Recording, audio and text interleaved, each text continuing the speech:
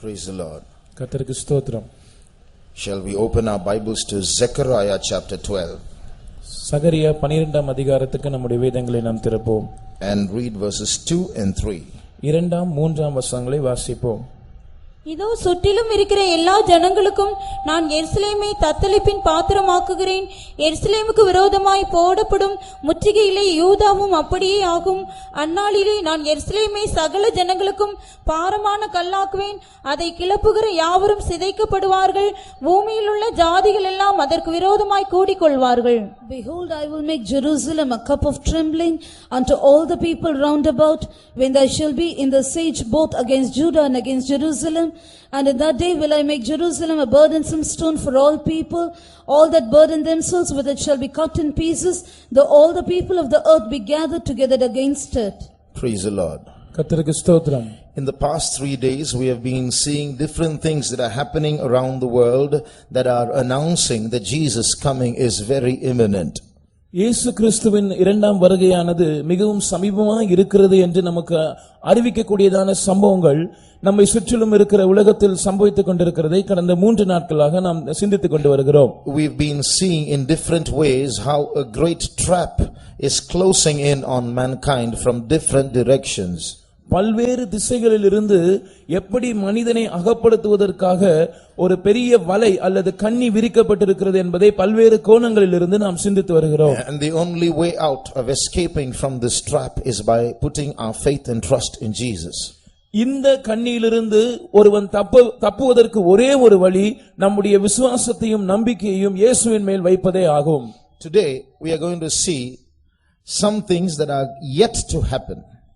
இன்றைக்கு இனி சம்பவிக்க போகிற சில காரியங்களை நாம் பார்க்க போகிறோம். Today our focus is not going to be on Europe or on any other part of the world. Our focus is going to be on Israel or Jerusalem.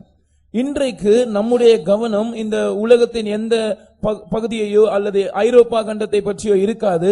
இன்றைக்கு நம்முடைய தியானத்தின் கருத்தாக இஸ்ரவேல் தேசம் அல்லது எருசலேமை நாம் எடுத்துக்கொள்வோம். By looking at Israel alone and studying the history of Israel alone, we can find out how near we are to the coming of Jesus. இஸ்ரவேல் தேசத்தை மாத்திரம் நாம் பார்ப்போம் என்றால், அவர்களுடைய சரித்திரத்தை மாத்திரம் நாம் ஆராய்வோம் என்றால், அதை மாத்திரம் வைத்துக்கொண்டு இயேசுவின் வருகைக்கு நாம் எவ்வளவு சமீபமாக இருக்கிறோம் என்பதை நாம் கணித்து விடலாம். As we saw on the first day, just like scientists in America have made a clock that tells you how close we are to doomsday, Israel, the literal Israel, works like a clock telling us how close we are to the coming of Jesus Christ. எப்படி அமெரிக்க விஞ்ஞானிகள் இந்த உலகம் அழிவு நாளுக்கு எவ்வளவு சமீபமாக இருக்கிறது என்பதை கணிப்பதற்காக அழிவு நாள் கடிகாரத்தை உண்டாக்கினார்கள் என்று நாம் முதலாம் நாளில் பார்த்தோமே, அதே போல இஸ்ரவேலில் நடக்கிற சம்பவங்கள் கர்த்தருடைய வருகைக்கு நாம் எவ்வளவு சமீபமாக இருக்கிறோம் என்பதை நமக்கு எடுத்து காட்டுகிறது. So from studying literal Israel we can find two things. இந்த எழுத்தின்படியான இஸ்ரவேலை குறித்து நாம் படிக்கிறதிலிருந்து 2 காரியங்களை நாம் கற்றுக்கொள்ளலாம். One, we can know how close we are to the coming of Jesus. முதலாவது இயேசுவின் வருகைக்கு நாம் எவ்வளவு சமீபமாக இருக்கிறோம் என்பதை நாம் அறிந்து கொள்ளலாம். Two, what happens to literal Israel will also happen to the spiritual Israel about the same time. ஒரே நேரத்தில் ஆவிக்குரிய இஸ்ரவேலுக்கும் எழுத்தின்படியான இஸ்ரவேலுக்கு என்ன சம்பவிக்கிறதோ அதே காரியங்கள் சம்பவிக்கும். ஏறக்குறைய ஒரே நேரத்தில் இந்த காரியங்கள் சம்பவிக்கும். I will repeat what I said. நான் சொன்னதை நான் மறுபடியும் சொல்லுகிறேன். What happens to the literal Israel, when we observe what happens to the literal Israel, we can make small calculations as to how close we are to the coming of Jesus. நாம் எழுத்தின்படியான இஸ்ரவேலை நாம் ஆராயும் போது அதில் நடக்கிற சம்பவங்களை கவனிக்கும் போது இயேசுவின் இரண்டாம் வருகைக்கு நாம் எவ்வளவு சமீபமாக இருக்கிறோம் என்பதை நாம் கணிக்க முடியும். Secondly, இரண்டாவதாக, what happens to the literal Israel will happen to the spiritual Israel around the same time.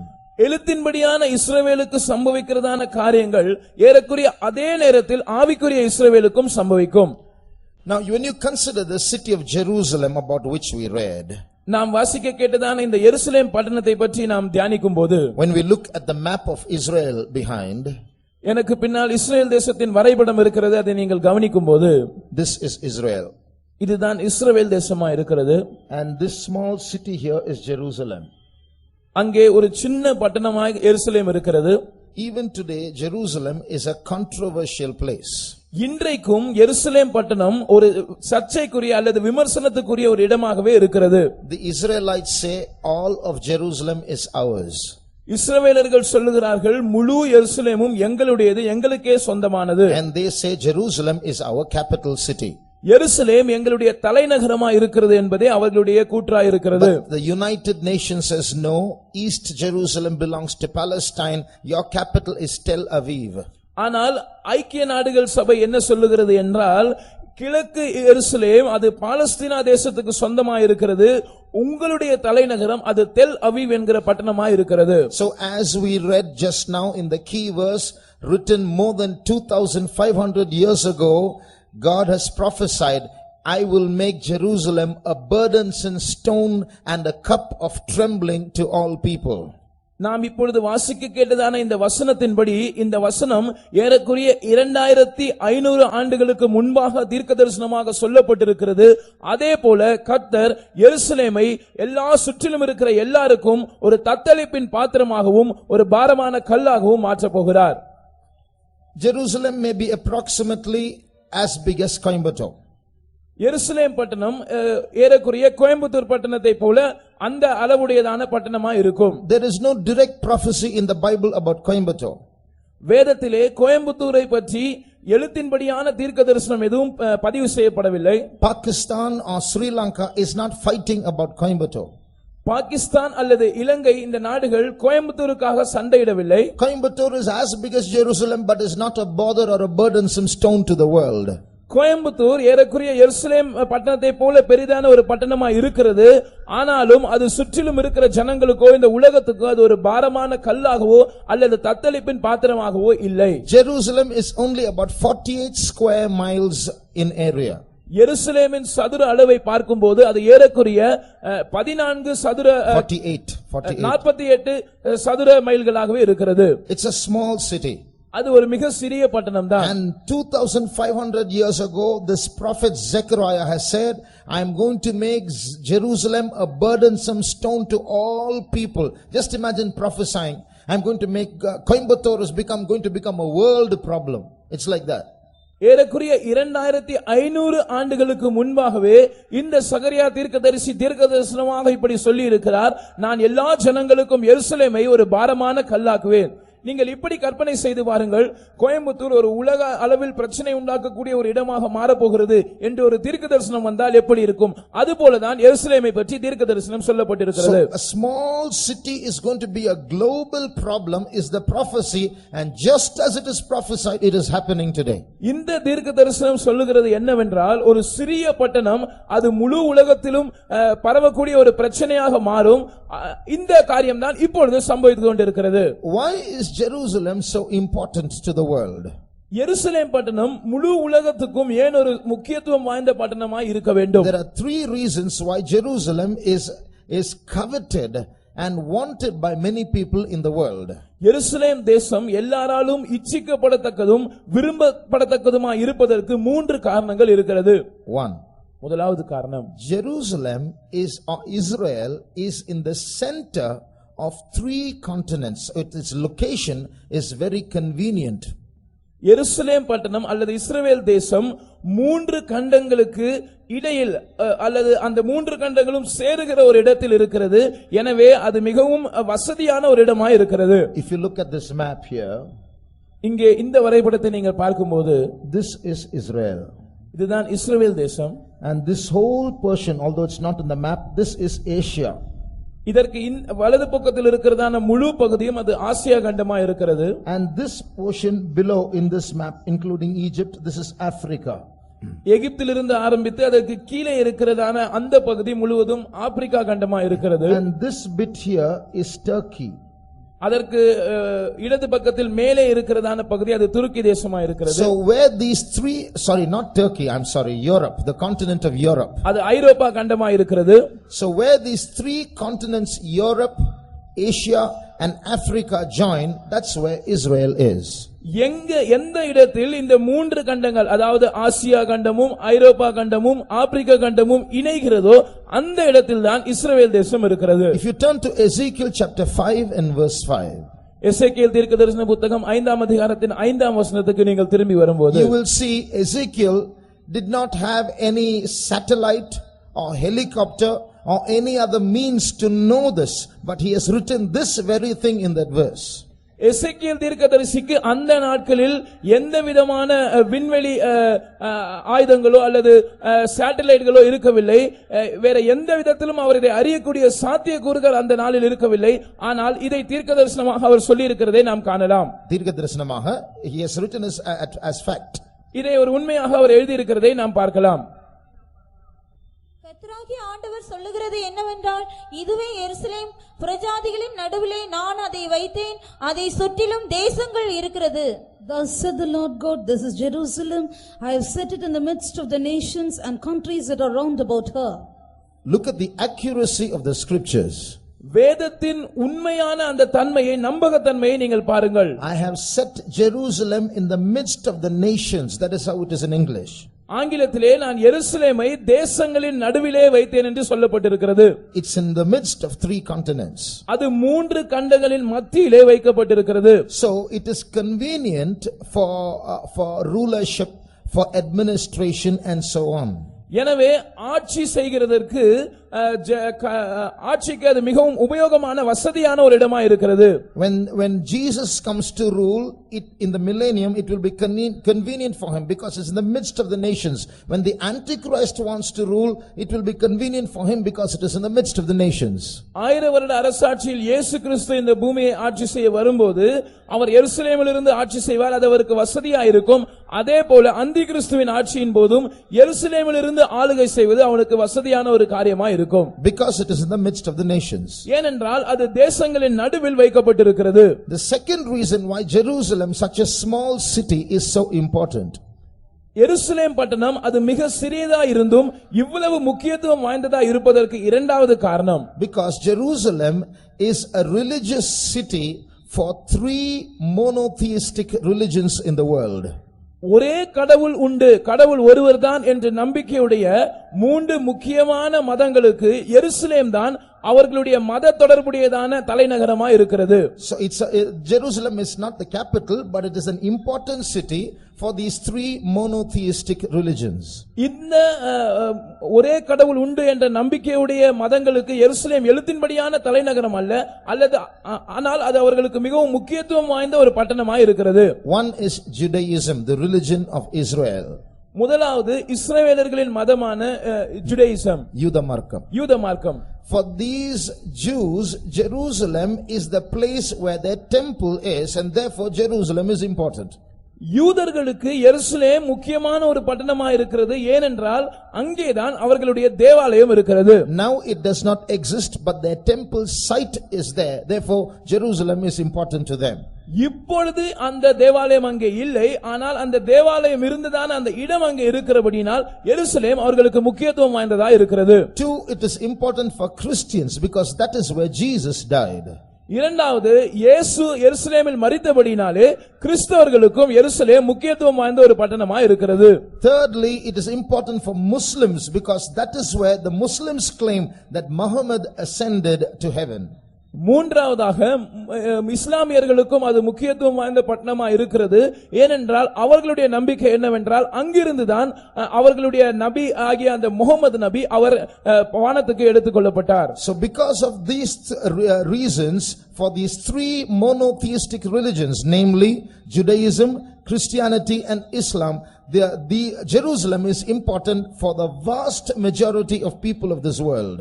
இந்த காரணங்களுக்காக கடவுள் ஒருவர் என்ற நம்பிக்கையுடையதான 3 மதங்கள் அல்லது கிறிஸ்தவ மதம், யூத மார்க்கம், இஸ்லாமிய மதம், இந்த 3 மதங்களுக்குமே எருசலேம் முக்கியத்துவம் வாய்ந்த ஒரு பட்டணமாக இருக்கிறது.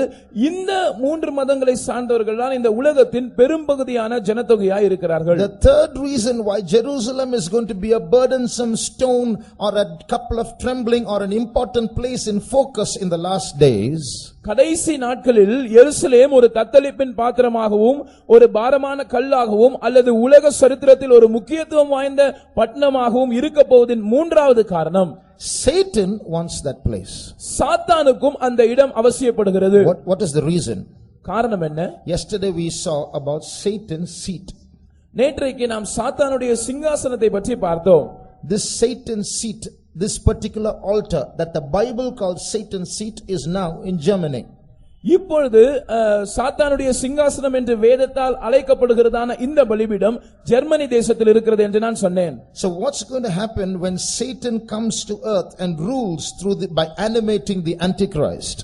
அந்தி கிறிஸ்துவை பீடித்துக் கொண்டு அவன் மூலமாக இந்த உலகத்தை சாத்தான் ஆளுகை செய்ய போகிறதான அந்த காலகட்டத்தில் he has his seat.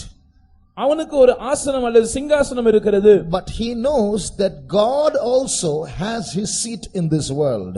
ஆனாலும் அவனுக்கு நன்றாக தெரியும் தேவனுக்கும் இந்த உலகத்தில் ஒரு சிங்காசனம் இருக்கிறது. In the Old Testament, when there was a place called the Ark of the Covenant, the innermost place in God's temple.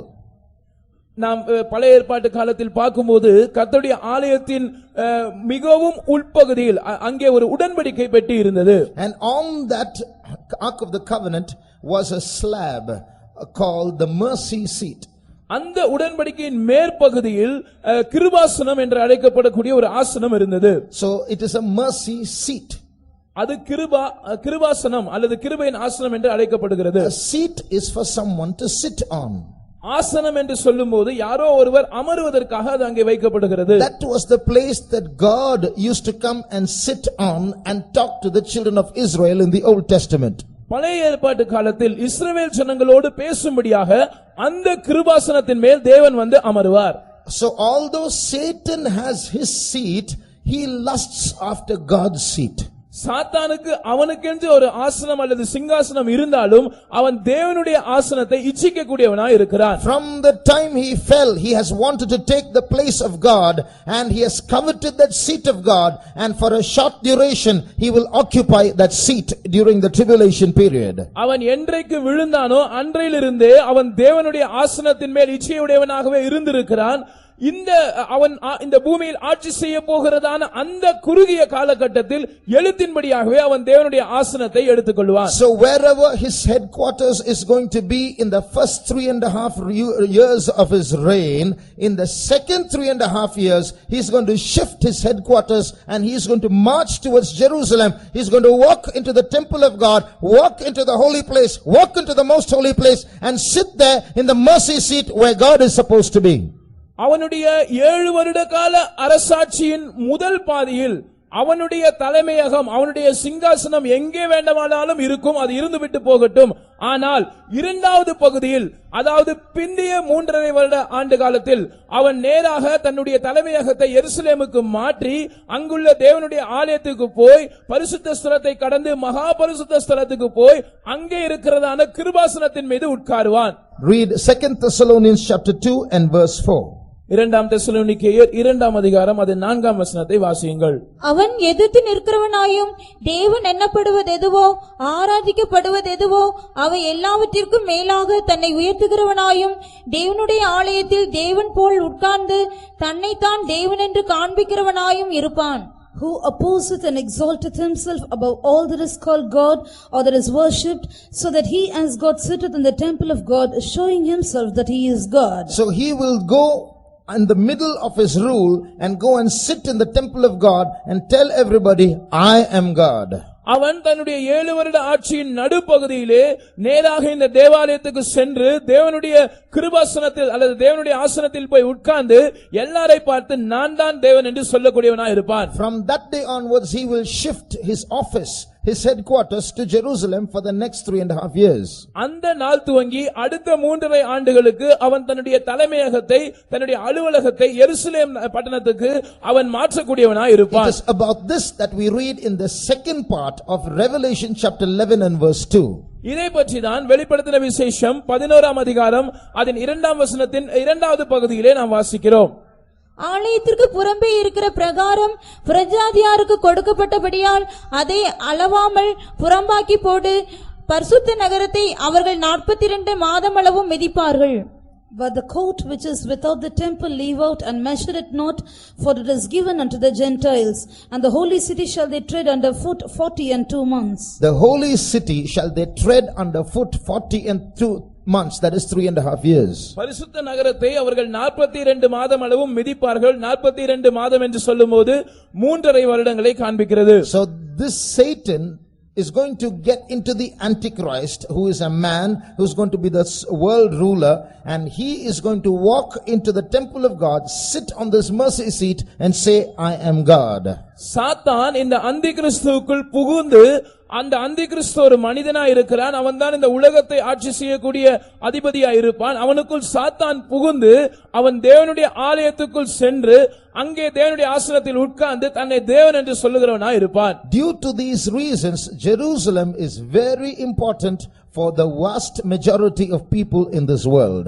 இந்த காரணங்களால் இந்த உலகத்தில் வாழுகிறதான பெரும்பான்மையான ஜனத்தொகைக்கு எருசலேம் முக்கியத்துவம் வாய்ந்த ஒரு பட்டணமா இருக்கிறது. We are going to see very soon how a third world war is going to break out, and the Bible prophesies about that third world war, and Jerusalem is going to be the chief factor for that third world war. இப்பொழுது நாம் எப்படி ஒரு மூன்றாவது உலக மகா யுத்தம் துவங்க போகிறது என்றும் அதற்கு எருசலேம் எப்படி ஒரு முக்கிய காரணமாய் இருக்க போகிறது என்றும் வேதம் தீர்க்கதரிசனமாய் சொல்லுகிறதை நாம் பார்க்க போகிறோம். But before that, அதற்கு முன்பாக we are going to see one thing about how Israel is like a, when we study the literal Israel, we can know what happens to the spiritual Israel around the same time. நாம் இந்த எழுத்தின்படியான இஸ்ரவேலை பற்றி படிக்கும்போது ஏறக்குறைய அதே நேரத்தில் ஆவிக்குரிய இஸ்ரவேலுக்கு என்ன சம்பவிக்கிறது என்பதையும் நாம் விளங்கிக் கொள்ளலாம். So we are going to see the state of Israel about 50 years ago and the state of Israel now. இஸ்ரவேல் தேசத்தின் சூழ்நிலை 50 வருடத்துக்கு முன்பாக எப்படி இருந்ததையும் அதனுடைய நிலவரம் இப்பொழுது எப்படி இருக்கிறது என்பதையும் நாம் கவனிக்க போகிறோம். About 50 years ago, Israel was a virtual desert. 50 ஆண்டுகளுக்கு முன்பாக இஸ்ரவேல் எழுத்தின்படியான ஒரு பாலைவனமாகத்தான் இருந்தது. Nothing grew, there was no fertile land, there was no green grass or pastures or trees in Israel. அங்கே பசுமையான புல்வெளிகளையோ பசுமையான மரம் செடி கொடிகளையோ நீங்கள் பார்க்க முடியாது. எதுவுமே அங்கே செழிப்பான விளைச்சல் எதுவும் இருக்காது. அது காய்ந்த பூமியாக இருந்தது. One of our late former chief pastors, Pastor A.C. Thomas, went to Israel in the year 1960.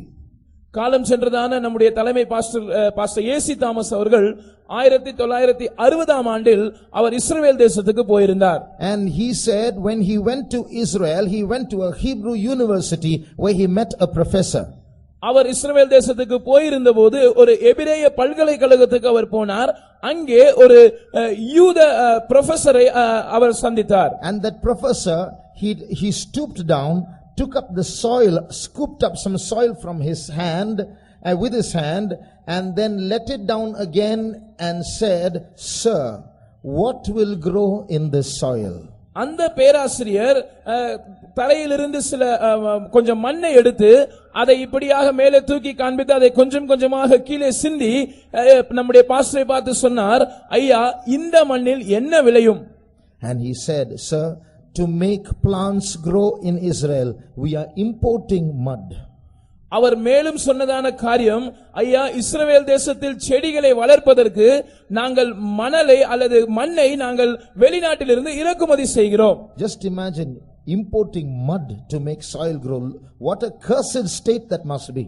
நீங்கள் கற்பனை செய்து பாருங்கள், செடிகள் வளர மரங்கள் வளர மண்ணை அவர்கள் இறக்குமதி செய்வார்கள் என்றால் எவ்வளவு சபிக்கப்பட்ட ஒரு நிலவரமாக அது இருந்திருக்கும். But there is a prophecy in the Bible. ஆனால் வேதத்தில் ஒரு தீர்க்கதரிசனம் உண்டு. Turn to Isaiah chapter 51. ஏசாயா 51ஆம் அதிகாரம் and read verse 3. 3ஆம் வசனத்தை வாசியுங்கள். கர்த்தர் சீயோனுக்கு ஆறுதல் செய்வார். அவர் அதன் பாழான ஸ்தலங்களை எல்லாம் தேறுதல் அடைய செய்து அதன் வனாந்தரத்தை ஏதேனை போலவும் அதன் அவாந்தர வெளியை கர்த்தரின் தோட்டத்தை போலவும் ஆக்குவார். சந்தோஷமும் மகிழ்ச்சியும் துதியும் கீத சத்தமும் அதில் உண்டாயிருக்கும். For the Lord shall comfort Zion, he will comfort all her waste places, and he will make her wilderness like Eden, and her desert like the garden of the Lord. Joy and gladness shall be found therein, thanksgiving and the voice of melody. The Bible says, yes, Israel may be like a desert, it may be like the wilderness, but God says, I am going to make it like the garden of Eden. வேதம் சொல்லுகிறது இஸ்ரவேல் ஒரு வனாந்திரத்தை போல ஒரு பாலைவனத்தை போல இருக்கலாம். ஆனால் கர்த்தர் சொல்லுகிறார், நான் இந்த இஸ்ரவேலை அதனுடைய வனாந்திரத்தை ஏதேனை போல மாற்றுவேன். A few years later, the same Pastor A.C. Thomas went back to Israel. சில ஆண்டுகள் கழித்து அதே பாஸ்டர் ஏசி தாமஸ் அவர்கள் இஸ்ரவேல் தேசத்துக்கு மறுபடியும் போயிருந்தார். And this time he saw a different sight. இந்த இரண்டாம் முறை அவர் போயிருந்த போது அவர் கண்டதான காட்சி முற்றிலும் வித்தியாசமானதா இருந்தது. Israel was no more a desert. இஸ்ரவேல் தேசம் இனியும் அது வனாந்திரமாக இல்லை. He saw fruits on the roadside. அவர் சாலை ஓரங்களில் பழங்களை கனிகளை பார்த்தார். It grew so wildly everywhere, there was no owner, you could just pluck them and eat them. அது அவ்வளவு பரப்பாக அல்லது அவ்வளவு அதிகமாக விளைந்திருந்தது. அதற்கு யாரும் சொந்தக்காரர் இல்லை. வழியிலே போகிறவர்கள் கூட அதை பறித்துக் கொள்ளலாம். Listen, கவனியுங்கள். that desert Israel today is called the fruit basket of Europe, and Israel is the 4th largest exporter of fruits in the world. இன்றைக்கு இதே இஸ்ரவேல் தேசம் ஐரோப்பா கண்டத்தின் பழக்கூடை என்று அழைக்கப்படுகிறது. முழு உலகத்திலும் பழங்களை ஏற்றுமதி செய்கிற நாடுகளில் இஸ்ரவேல் தேசம் 4வது பெரிய நாடா இருக்கிறது. In a short span, look at the great transformation that has happened. Look at how the word of God has been fulfilled. குறுகிய ஒரு காலகட்டத்தில் எவ்வளவு ஒரு மாற்றம் நடைபெற்றிருக்கிறது என்பதை கவனித்து பாருங்கள். வேதம் சொல்லுகிறது கர்த்தருடைய வார்த்தை எப்படி துல்லியமாக நிறைவேறி இருக்கிறது என்பதையும் சிந்தித்து பாருங்கள். In America, அமெரிக்கா தேசத்தில் a cow will give an average of 2,500 liters of milk in 1 year. ஒரு ஆண்டில் ஒரு மாடானது அது ஏறக்குறைய 2500 லிட்டர் பால் கறக்கக்கூடியதா இருக்கும். In America. அமெரிக்கா தேசத்தில். In Israel, இஸ்ரவேல் தேசத்திலே one cow will give an average of 11,000 liters of milk in 1 year. சராசரியாக ஒரு மாடு ஒரு வருஷத்தில் 11,000 லிட்டர் பால் கொடுக்கக்கூடியதா இருக்கிறது. Land flowing with milk and honey, isn't it? பாலும் தேனும் ஓடுகிற தேசம் அல்லவா? See how that desert has become a prosperous land, and see how the scriptures are being fulfilled. எப்படி அந்த பாலைவனமானது வனாந்திரமானது ஒரு செழிப்பான தேசமாக மாறி இருக்கிறது என்பதை கவனித்து பாருங்கள். வேத வசனம் எப்படி நிறைவேறுகிறது என்பதையும் கவனித்து பாருங்கள். But the more important point to note is what I told you. What happens to literal Israel will happen to the spiritual Israel or the church of God around the same time. ஆனால் நாம் கவனிக்க வேண்டிய முக்கியமான காரியம் என்னவென்றால், நான் உங்களுக்கு சொன்னது போல எழுத்தின்படியான இஸ்ரவேலுக்கு சம்பவிக்கிறது ஏறக்குறைய அதே நேரத்தில் ஆவிக்குரிய இஸ்ரவேலருக்கு அல்லது தேவனுடைய சபைக்கு சம்பவிக்கும். So what is happening in the literal Israel is also going to happen in the church of God. எனவே எழுத்தின்படியான இஸ்ரவேலில் சம்பவிக்கிற காரியங்கள் தேவனுடைய சபையிலும் சம்பவிக்க போகிறது. In a spiritual sense, today the church is also like a desert. ஆவிக்குரிய அர்த்தத்தில் பார்ப்போம் என்றால் இன்றைக்கு சபையும் ஒரு பாலைவனத்தை போலதான் இருக்கிறது. We are surviving, but we are not prosperous. நாம் பிழைத்திருக்கிறோம், ஆனால் நாம் செழித்தோங்கவில்லை. We are all looking forward to a revival. நாம் எல்லாரும் ஒரு எழுப்புதலுக்காக எதிர்நோக்கி காத்திருக்கிறோம். So just like the desert Israel transformed into a garden of, like the Garden of Eden, there is going to be a spiritual revival in the church of God. எப்படி இந்த இஸ்ரவேல் தேசம் வனாந்திரமாய் இருந்தது, அது ஒரு தேவனுடைய தோட்டத்தை போல ஏதேன் தோட்டத்தை போல மாறினதோ, அதே போல கர்த்தருடைய சபையிலும் ஒரு எழுப்புதல் உண்டாக போகிறது. In the Bible we read of certain insects or germs or grasshoppers that that came upon Israel and turned it into a desert. வேதத்திலே இஸ்ரவேல் தேசத்தின் மேல் வந்து அதை வனாந்தரமாய் மாற்றினதான சில புழுக்கள் அல்லது பூச்சிகள் அல்லது வெட்டுக்கிளிகளை பற்றி நாம் படிக்கிறோம். Turn to Joel chapter 1. யோவேல் 1ஆம் அதிகாரத்துக்கு திரும்பி வாருங்கள். In verse 4 we read about those insects. அந்த பூச்சிகளை பற்றி நாம் யோவேல் 1ஆம் அதிகாரம் அது 4ஆம் வசனத்தில் வாசிக்கிறோம். How one after the other they came in swarms and consumed all that was green in Israel. எப்படி ஒன்றின் பின் ஒன்றாக கூட்டம் கூட்டமாக வந்து இஸ்ரவேல் தேசத்தின் மேல் அவைகள் வந்து அந்த நிலத்தை கெடுத்து போட்டது என்று நாம் அங்கே படிக்கிறோம். பச்சை புழு விட்டதை வெட்டுக்கிளி தின்றது, வெட்டுக்கிளி விட்டதை பச்சை கிளி தின்றது, பச்சை கிளி விட்டதை முசுக்கட்டை பூச்சி தின்றது. That which the palmer worm hath left hath the locust eaten, and that which the locust hath left hath the canker worm eaten, and that which the canker worm hath left hath the caterpillar eaten. So these insects or grasshoppers are coming in swarms and consuming all that is green in Israel, இந்த பூச்சிகள் அல்லது புழுக்கள் அல்லது வெட்டுக்கிளிகள் இஸ்ரவேல் தேசத்தின் மேல் வந்து அதன் பசுமையான எல்லாவற்றையும் அவைகள் பட்சித்து போடுகிறது. and the result of that consumption is mentioned in chapter 2 and verse 3. இப்படி இந்த பட்சிப்பின் விளைவு 2ஆம் அதிகாரம் 3ஆம் வசனத்தில் நமக்கு சுட்டிக்காட்டப்படுகிறது.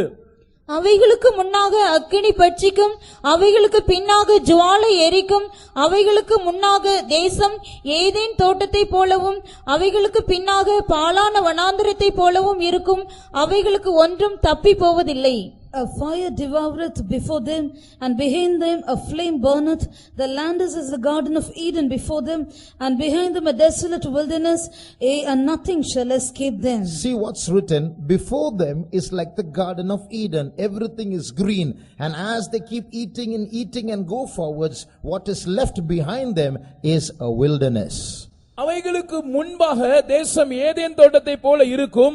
அவைகள் இந்த பசுமையை எல்லாம் பட்சித்துக் கொண்டு முன்னேறி செல்ல செல்ல அவர்களுக்கு பின்னாக இருக்கிறது வனாந்தரத்தை போல இருக்கும். In the same way, so many evil powers have worked against the church of God and have tried to make the church of God into a desert. இதே போல கர்த்தருடைய சபைக்கு விரோதமாக பல தீமையான வல்லமைகள் கிரியை செய்து அவைகள் தேவனுடைய சபையை ஒரு வனாந்தரத்தை போல ஆக்க முற்பட்டது. The reason why God permitted those germs to come and attack the church is we are at fault. கர்த்தர் இந்த கிருமிகள் வந்து சபையை தாக்குவதற்கு அனுமதி கொடுத்ததற்கு காரணம் என்னவென்றால் தவறு நம்மேல் இருக்கிறது. In so many ways we as God's children have gone far away from God.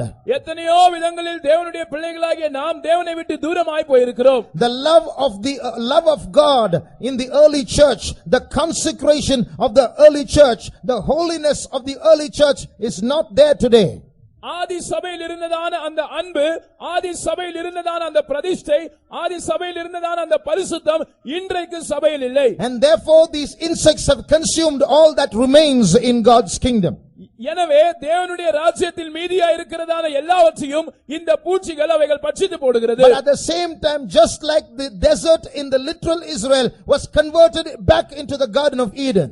எப்படி எழுத்தின்படியான இஸ்ரவேல் தேசத்தில் இருந்த அந்த வனாந்தரமான நிலைமை தேவன் ஏதேன் தோட்டமாக மாற்றப்பட்டதோ அதே போல in the same way the spiritual Israel, the church of God, is going to see a restoration, a return, where the church will once again be like the Garden of Eden. அதே போல தேவனுடைய சபையும் இந்த நாட்களில் ஒரு திருப்பி கொண்டு வருகிற நிலைமையை காணும். தேவனுடைய சபையானது ஏதேன் தோட்டத்தை போல மாறும். God is quickly going to remove this famine that is in the church, and he is going to make this place prosperous by sending down what is called the former and latter rain. தேவன் இப்பொழுது சபையில் இருக்கிறதான இந்த பஞ்சத்தை அவர் எடுத்து போடுவார். அவர் முன்மாறி பின்மாறி என்று சொல்லப்படுகிறதான அந்த மழையை அனுப்பி தருவார். But for that, அதற்காக we have to pray. நாம் ஜெபிக்க வேண்டும். We have to cry out to God. நாம் தேவனை நோக்கி சத்தமிட வேண்டும். In the same Joel chapter 2, யோவேல் 2ஆம் அதிகாரத்திலே in verse 16 it says, gather the people, sanctify a fast, and let the elders and children, babies, bridegroom, bride, let them come out of their closets and fast and pray. 16ஆம் வசனம் சொல்லுகிறது, ஜனத்தை கூட்டுங்கள், சபையை பரிசுத்தப்படுத்துங்கள், முதியோரை சேருங்கள், பிள்ளைகளையும் பாலுண்கிற குழந்தைகளையும் கூட்டுங்கள், மணவாளன் தன் அறையையும் மணவாட்டி தன் மறைவையும் விட்டு புறப்பட்டு வந்து அவர்கள் ஜெபிக்கட்டும். What is this verse saying? இந்த வசனம் என்ன சொல்லுகிறது? This fast is such an emergency, it is so critical that God is saying, if there are young mothers with babies at home, don't remain at home, come with your baby for the fasting prayer. இந்த உபவாசமானது எவ்வளவு முக்கியத்துவம் வாய்ந்தது என்று பாருங்கள். தேவன் சொல்லுகிறார், பால் கொடுக்கிறதான தாய்மார்கள் வீட்டிலே இருப்பீர்கள் என்றால் நீங்கள் வீட்டிலேயே இருந்து விடாதீர்கள், நீங்கள் உங்களுடைய குழந்தைகளோடு கூட இந்த உபவாச ஜெபத்துக்கு வாருங்கள். See how important this fast is. If there's a wedding going on, God says, stop the wedding, let them put on their ordinary clothes, let the bridegroom come out of his room and the bride out of her room, and let them come for the fasting prayer, have the wedding later on. ஒருவேளை ஒரு விவாகம் நடைபெறுகிறது என்று வைத்துக் கொள்ளுங்கள். கர்த்தர் சொல்லுகிறார், இந்த உபவாசம் மிகவும் முக்கியத்துவம் வாய்ந்தது. எனவே மணவாளன் தன் அறையை விட்டு, மணவாட்டி தன் மறைவையும் விட்டு புறப்பட்டு தங்களுடைய விவாக வஸ்திரங்களை களைந்து போட்டு சாதாரண வஸ்திரத்தை மாட்டி உபவாச ஜெபத்துக்கு வரட்டும், பிற்பாடு அவர்கள் விவாகம் பண்ணி கொள்ளலாம். Now you stop the wedding. இப்பொழுது விவாகத்தை நிறுத்துங்கள். Let the priests and the servants of God and the Jews all mourn before the Lord. கர்த்தருடைய ஆசாரியர்கள், தேவனுடைய ஊழியக்காரர்கள், யூதர்கள் எல்லாரும் தேவனுக்கு முன்பாக புலம்புவார்களாக. Realize that you are in a desert situation. You are going through a spiritual famine.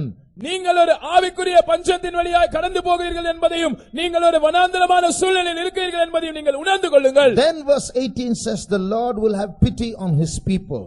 அப்பொழுது 18ஆம் வசனம் சொல்லுகிறது, கர்த்தர் தம்முடைய ஜனத்தை கடாட்சிப்பார். Then the Lord says in verse 21, fear not, O land, the Lord will do great things for you. அப்பொழுது 21ஆம் வசனம் சொல்லுகிறது, தேசமே பயப்படாதே, மகிழ்ந்து களிகூரு, கர்த்தர் பெரிய காரியங்களை உனக்காய் செய்வார். And then in verse 23 the Lord says the Lord will send you the former and the latter rain and restore your prosperity in Israel. அதற்கு பிற்பாடு 23ஆம் வசனம் சொல்லுகிறது, அவர் தக்க சமயத்தில் உங்களுக்கு முன்மாரியும் பின்மாரியும் அனுப்பி தந்து இஸ்ரவேலிலே உங்களுடைய செழிப்பை அவர் திரும்ப வர பண்ணுவார். And then the Lord says in verse 25, he will restore those years that these worms or insects have eaten up. அப்பொழுது 25ஆம் வசனத்திலே கர்த்தர் சொல்லுகிறார், இந்த புழுக்களும் பூச்சிகளும் வெட்டுக்கிளிகளும் பட்சித்து போட்டதான அந்த வருஷங்களின் பலனை நான் திரும்ப கொடுப்பேன். And then you shall eat in plenty and you shall be like the Garden of Eden once again. அப்பொழுது நீங்கள் சம்பூர்ணமாய் சாப்பிட்டு மறுபடியுமாக ஏதேன் தோட்டத்தை போல இருப்பீர்கள். So God has promised the church a restoration in the last days. One of the signs of the last days, we have been seeing so many signs in the world, how the Antichrist is getting ready. But today we are seeing how God is going to show a sign in the church by pouring out a mighty rain, a spiritual rain of the Holy Spirit.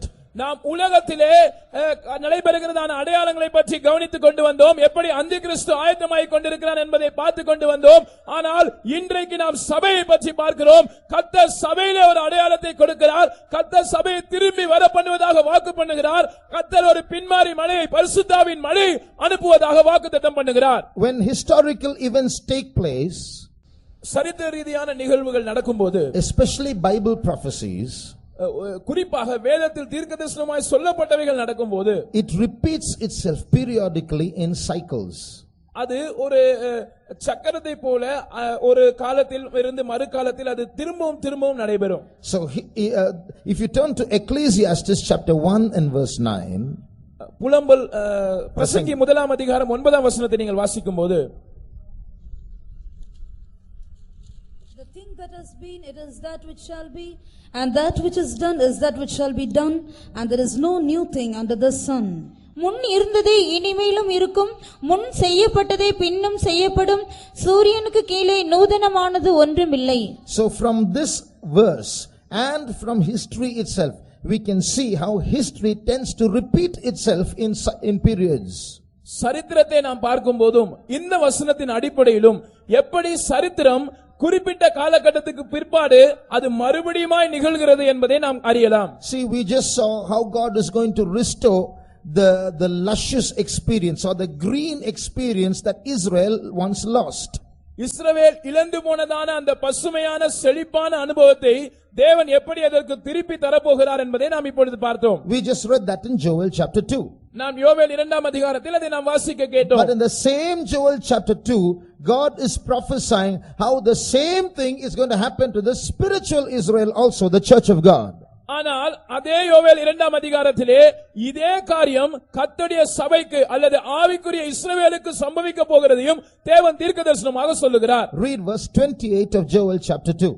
யோவேல் 2ஆம் அதிகாரம் அதன் 28ஆம் வசனத்தை வாசியுங்கள். அதற்கு பின்பு நான் மாம்சமான யாவர் மேலும் என் ஆவியை ஊற்றுவேன், அப்பொழுது உங்கள் குமாரரும் உங்கள் குமாரத்திகளும் தீர்க்கதரிசனம் சொல்லுவார்கள், உங்கள் மூப்பர் சொப்பனங்களையும் உங்கள் வாலிபர் தரிசனங்களையும் காண்பார்கள். See how beautifully, just like I told you, what happens to the literal Israel will happen to the spiritual Israel about the same time. See how things that have been happening to the literal Israel, now suddenly there is a prophecy about the spiritual Israel. In the last days I will pour out my spirit upon all flesh. இதை கவனியுங்கள். நான் உங்களுக்கு சொன்னேன், எழுத்தின்படியான இஸ்ரவேலுக்கு சம்பவிக்கிறதான காரியங்கள் ஏறக்குறைய அதே நேரத்தில் ஆவிக்குரிய இஸ்ரவேலுக்கும் சம்பவிக்கும். இங்கே எழுத்தின்படியான இஸ்ரவேலை திரும்பி வர பண்ணுவதாக தேவன் வாக்குத்தத்தம் பண்ணுகிறார். அதே நேரத்தில் திடீரென்று ஒரு தீர்க்கதரிசனம் சொல்லப்படுகிறது, நான் ஆவிக்குரிய இஸ்ரவேலின் செழிப்பையும் திரும்பி வர பண்ணுவேன். I will pour out my spirit upon all flesh. நான் மாம்சமான யாவர் மேலும் என் ஆவியை ஊற்றுவேன். Now this prophecy has a threefold fulfillment. I told you history or prophecies repeat themselves in cycles. நான் உங்களுக்கு சொன்னேன், சரித்திரம் அல்லது தீர்க்க தரிசனங்கள் தங்களை தாங்களே திரும்பவுமாக நிறைவேறுதல் உடையவைகளாய் இருக்கின்றன. இந்த தீர்க்க தரிசனமும் 3 கட்டங்களில் நிறைவேறும். This prophecy was first fulfilled on the day of Pentecost. இந்த தீர்க்க தரிசனம் முதலாவதாக பெந்தெகோஸ்தே நாளில் நிறைவேறினது. We see Saint Peter quoting this very verse in Acts chapter 2 and verse 17. பரிசுத்த பேதுரு அப்போஸ்தல நடவடிக்கைகள் 2ஆம் அதிகாரம் 17ஆம் வசனத்தில் இதே தீர்க்க தரிசனத்தை சுட்டிக்காட்டுவதாக நாம் வாசிக்கலாம். So that's the first fulfillment. அதுதான் இந்த தீர்க்க தரிசனத்தின் முதலாவது நிறைவேறுதல். Once again in the early part of the 20th century there was a Pentecostal revival, and that's how many Pentecostal churches flourished. That was the second fulfillment. திரும்பவுமாக 20ஆம் நூற்றாண்டின் துவக்கத்தில் பெந்தெகோஸ்தே சபைகள் அல்லது ஒரு பெந்தெகோஸ்தே எழுப்புதல் உண்டானது. அதன் மூலமாக பெந்தெகோஸ்தே சபைகள் வளர ஆரம்பித்தன. That is the second fulfillment. அதுதான் இந்த தீர்க்க தரிசனத்தின் இரண்டாம் நிறைவேறுதல். But there's going to be a third fulfillment in these last days. இந்த கடைசி நாட்களில் இந்த தீர்க்க தரிசனத்தின் மூன்றாவது முறையான நிறைவேறுதல் நடைபெற போகிறது. When you read from Joel chapter 2 and verse 25, யோவேல் 2ஆம் அதிகாரம் 25ஆம் வசனத்திலிருந்து நாம் வாசிக்கும்போது, and we consider the literal Israel in the light of this verse, இந்த வசனத்தின் வெளிச்சத்தில் எழுத்தின்படியான இஸ்ரவேலை நாம் பார்க்கும்போது, I will restore to you the years which the locusts have eaten. வெட்டுக்கிளிகள் பட்சித்து போட்டதான வருஷங்களின் பலனை நான் உங்களுக்கு திரும்ப கொடுப்பேன். This restoration began in the literal Israel in the year 1948 when they got back their freedom, their independence. 1948ஆம் வருஷத்தில் இஸ்ரவேல் ஜனங்கள் தங்களுடைய சுதந்திரத்தை பெற்றுக்கொண்ட அந்த நாளிலிருந்து இந்த திருப்பி கொடுக்கிறதான அனுபவம் இஸ்ரவேலிலே நடைபெற ஆரம்பித்தது. So that year their restoration began in Israel. இஸ்ரவேல் தேசத்திலே திரும்ப பண்ணுகிற அனுபவம் அந்த நாளில் துவங்கினது. Now you read verse 28. இப்பொழுது 28ஆம் வசனத்தை வாசியுங்கள். அதற்கு பின்பு afterwards அதற்கு பின்பு I will pour out my spirit upon all flesh. நான் மாம்சமான யாவர் மேலும் என் ஆவியை ஊற்றுவேன். After what? எதற்கு பின்பு? After the restoration of Israel. இஸ்ரவேலுக்கு திரும்பி கொடுத்ததற்கு பின்பு. After 1948. 1948ஆம் வருடத்துக்கு பின்பு I am going to pour out my spirit upon all flesh. நான் மாம்சமான யாவர் மேலும் என் ஆவியை ஊற்றப் போகிறேன். That means in these last days there's going to be one more final outpouring of the Holy Spirit upon the church of God. அதாவது இந்த கடைசி நாட்களில் கடைசி முறையாக ஒரு முறை கூட கர்த்தருடைய ஆவியானவரின் பொழிந்தருளப்படுதல் கர்த்தருடைய சபையின் மேல் நடைபெறும். Just like there is a spiritual restoration, a literal restoration, the literal Israel, there's going to be a spiritual restoration in the church of God. எப்படி எழுத்தின்படியான இஸ்ரவேலரை தேவன் திரும்பி வர பண்ணினாரோ அதே போல கர்த்தருடைய சபை அல்லது ஆவிக்குரிய இஸ்ரவேலருக்கும் ஒரு திரும்பி வருதல் உண்டாயிருக்கும். Today we have all received the Holy Spirit. Many of us have received the Holy Spirit. இன்றைக்கு நாம் எல்லாரும் நம்மில் அநேகர் பரிசுத்தாவின் அபிஷேகத்தை பெற்றிருக்கிறோம். But we are all thirsting for another mighty anointing. ஆனால் ஒரு வல்லமையான அபிஷேகத்துக்கு நாம் எல்லாரும் தாகமாய் இருக்கிறோம். I am not satisfied with my anointing. எனக்கு என்னுடைய அபிஷேகத்தில் திருப்தி இல்லை.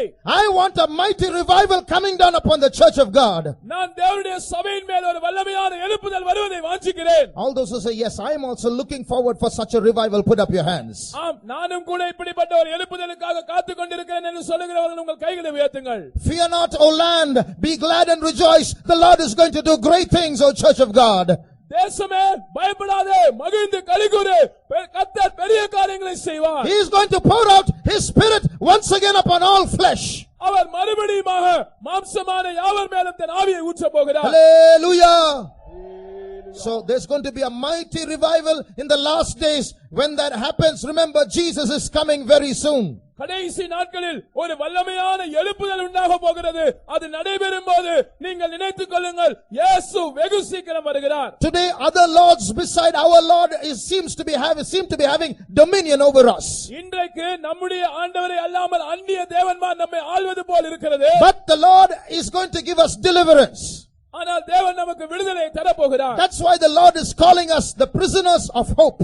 அதனால் தான் தேவன் நம்மை நம்பிக்கையுடைய சிறைகள் என்று அழைக்கிறார். We are prisoners, but we are prisoners of hope. நாம் சிறையிருப்பில் இருக்கிறோம், ஆனால் நாம் நம்பிக்கையுடைய சிறைகளாய் Our இருக்கிறோம். day is coming quickly when the Lord is going to break our shackles and bring us out of our prisons. கர்த்தர் நம்முடைய சங்கிலிகளை அறுத்து நம்மை நம்முடைய சிறைகளில் இருந்து வெளியே கொண்டு வருகிற ஒரு நாள் அது தீவிரமாய் வருகிறது. And in that day the Lord will restore double unto us, the word of God says. அன்றைக்கு கர்த்தருடைய வசனம் சொல்லுகிறது, தேவன் நமக்கு இரட்டத்தனையாய் திரும்ப கொடுப்பார். Hallelujah. So that anointing is going to come upon the church of God. அப்படிப்பட்ட ஒரு அபிஷேகம் தேவ சபையின் மேல் வரப்போகிறது. And then the church of God is going to become the fruit basket of the whole world. அதற்கு பிற்பாடு இந்த முழு உலகத்திற்கும் பல கூடையாக தேவனுடைய சபை மாறப்போகிறது. We are very soon going to become the joy of the whole earth. நாம் சீக்கிரத்திலே சர்வ பூமிக்கும் மகிழ்ச்சியாய் மாறப் போகிறோம். And in that final anointing the church of God is going to be perfected. அந்த கடைசி அபிஷேகத்தின் மூலமாக கர்த்தருடைய சபையானது பூரணப்படுத்தப்பட போகிறது. And in the peak of that anointing the trumpet will sound and many children of God will disappear from this world. அந்த அபிஷேகத்தின் உச்சகட்டத்திலே எக்காலம் தொனிக்கும், தேவனுடைய பிள்ளைகளில் அநேகர் இந்த பூமியிலிருந்து காணப்படாமல் போவார்கள். Hallelujah. That is our hope about the last days. அதுதான் கடைசி நாட்களை பற்றி நம்முடைய நம்பிக்கையா இருக்கிறது. Now we are going to see another sign that Jesus is coming very, very soon. இயேசு சீக்கிரமாக அதிசீக்கிரமாக வருகிறார் என்பதற்கு மற்றொரு அடையாளத்தை இப்பொழுது நாம் பார்க்க போகிறோம். Something that is happening in the world today and has been prophesied in the Bible, and Jesus says when you see this happening, remember the coming of Jesus is very soon. வேதத்தில் தீர்க்கதரிசனமாய் சொல்லப்பட்டதும் இப்பொழுது சம்பவித்துக் கொண்டிருக்கிறதுமான ஒரு காரியம். இதை பற்றி இயேசு சொல்லும்போது, இது சம்பவிப்பதை நீங்கள் காணும்போது உங்கள் தலைகளை உயர்த்துங்கள், ஏனென்றால் இயேசு சீக்கிரம் வருகிறார். Now look at this map of the Middle East. இந்த மத்திய கிழக்கு நாடுகளை பற்றியதான வரைபடத்தை கவனியுங்கள். This is Israel. இதுதான் இஸ்ரவேல் தேசமாய் Now இருக்கிறது. I'm going to show you how different armies are surrounding Israel. எப்படி பல்வேறு தேசங்களின் ராணுவங்கள் இஸ்ரவேலை சூழ்கிறது என்பதை நான் இப்பொழுது உங்களுக்கு சொல்லுகிறேன். One of the chief enemies of Israel is Syria. இஸ்ரவேல் தேசத்தின் பிரதானமான சத்துருக்களில் ஒன்று சீரியா தேசம். And we are going to see how some prophecies about Syria are going to be fulfilled very soon.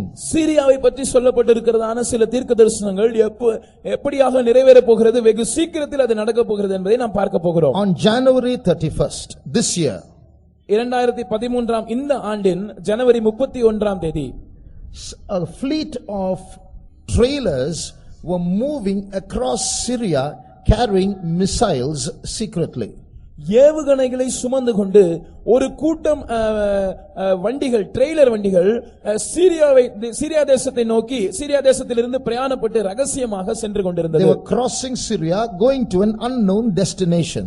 அவைகள் சீரியா தேசத்தை ஊடுருவி கடந்து ஏதோ ஒரு சொல்லப்படாத ஒரு இடத்தை நோக்கி பிரயாணித்துக் கொண்டிருந்தது. When Israel came to know, on January 31st a few planes took off from Israel, threw bombs on that fleet of trailers and came back. இஸ்ரவேல் தேசத்துக்கு இந்த காரியம் தெரிந்தபோது இஸ்ரவேல் தேசத்திலிருந்து சில போர் விமானங்கள் கிளம்பி இந்த மிசைல்கள் வந்து கொண்டிருந்த அந்த இடத்துக்கு மேலே போய் அவைகளின் மேல் குண்டுகளை வீசிவிட்டு திரும்பி வந்துவிட்டது. Now Syria is very angry because of that. இது நிமித்தமாக சீரியா தேசம் கடுமையான கோபத்தில் இருக்கிறது. Syrian army is getting ready to fight with Israel. இஸ்ரவேல் தேசத்தோடு சண்டையிடும்படியாய் சீரியா தேசத்து ராணுவம் தன்னை ஆயத்தப்படுத்திக் கொண்டிருக்கிறது. But because there is some internal conflict in Syria, it's not happening now.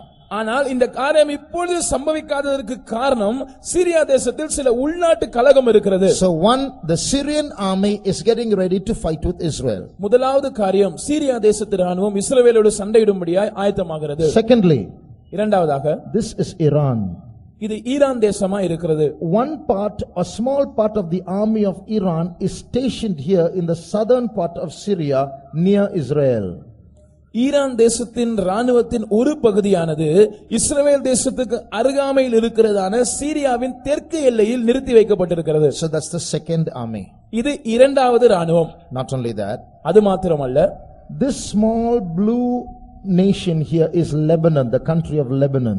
அங்கே ஒரு நீல நிறத்தில் சிறிய தேசம் ஒன்று இருக்கிறது, அது லீபனோன் தேசமா இருக்கிறது. In the southern part of Lebanon near North Israel, இஸ்ரவேலின் வடக்கு பகுதியில் அல்லது லீபனோனின் தெற்கு பகுதியில் there is a group of what Israel calls a terrorist group. They are called Hezbollah.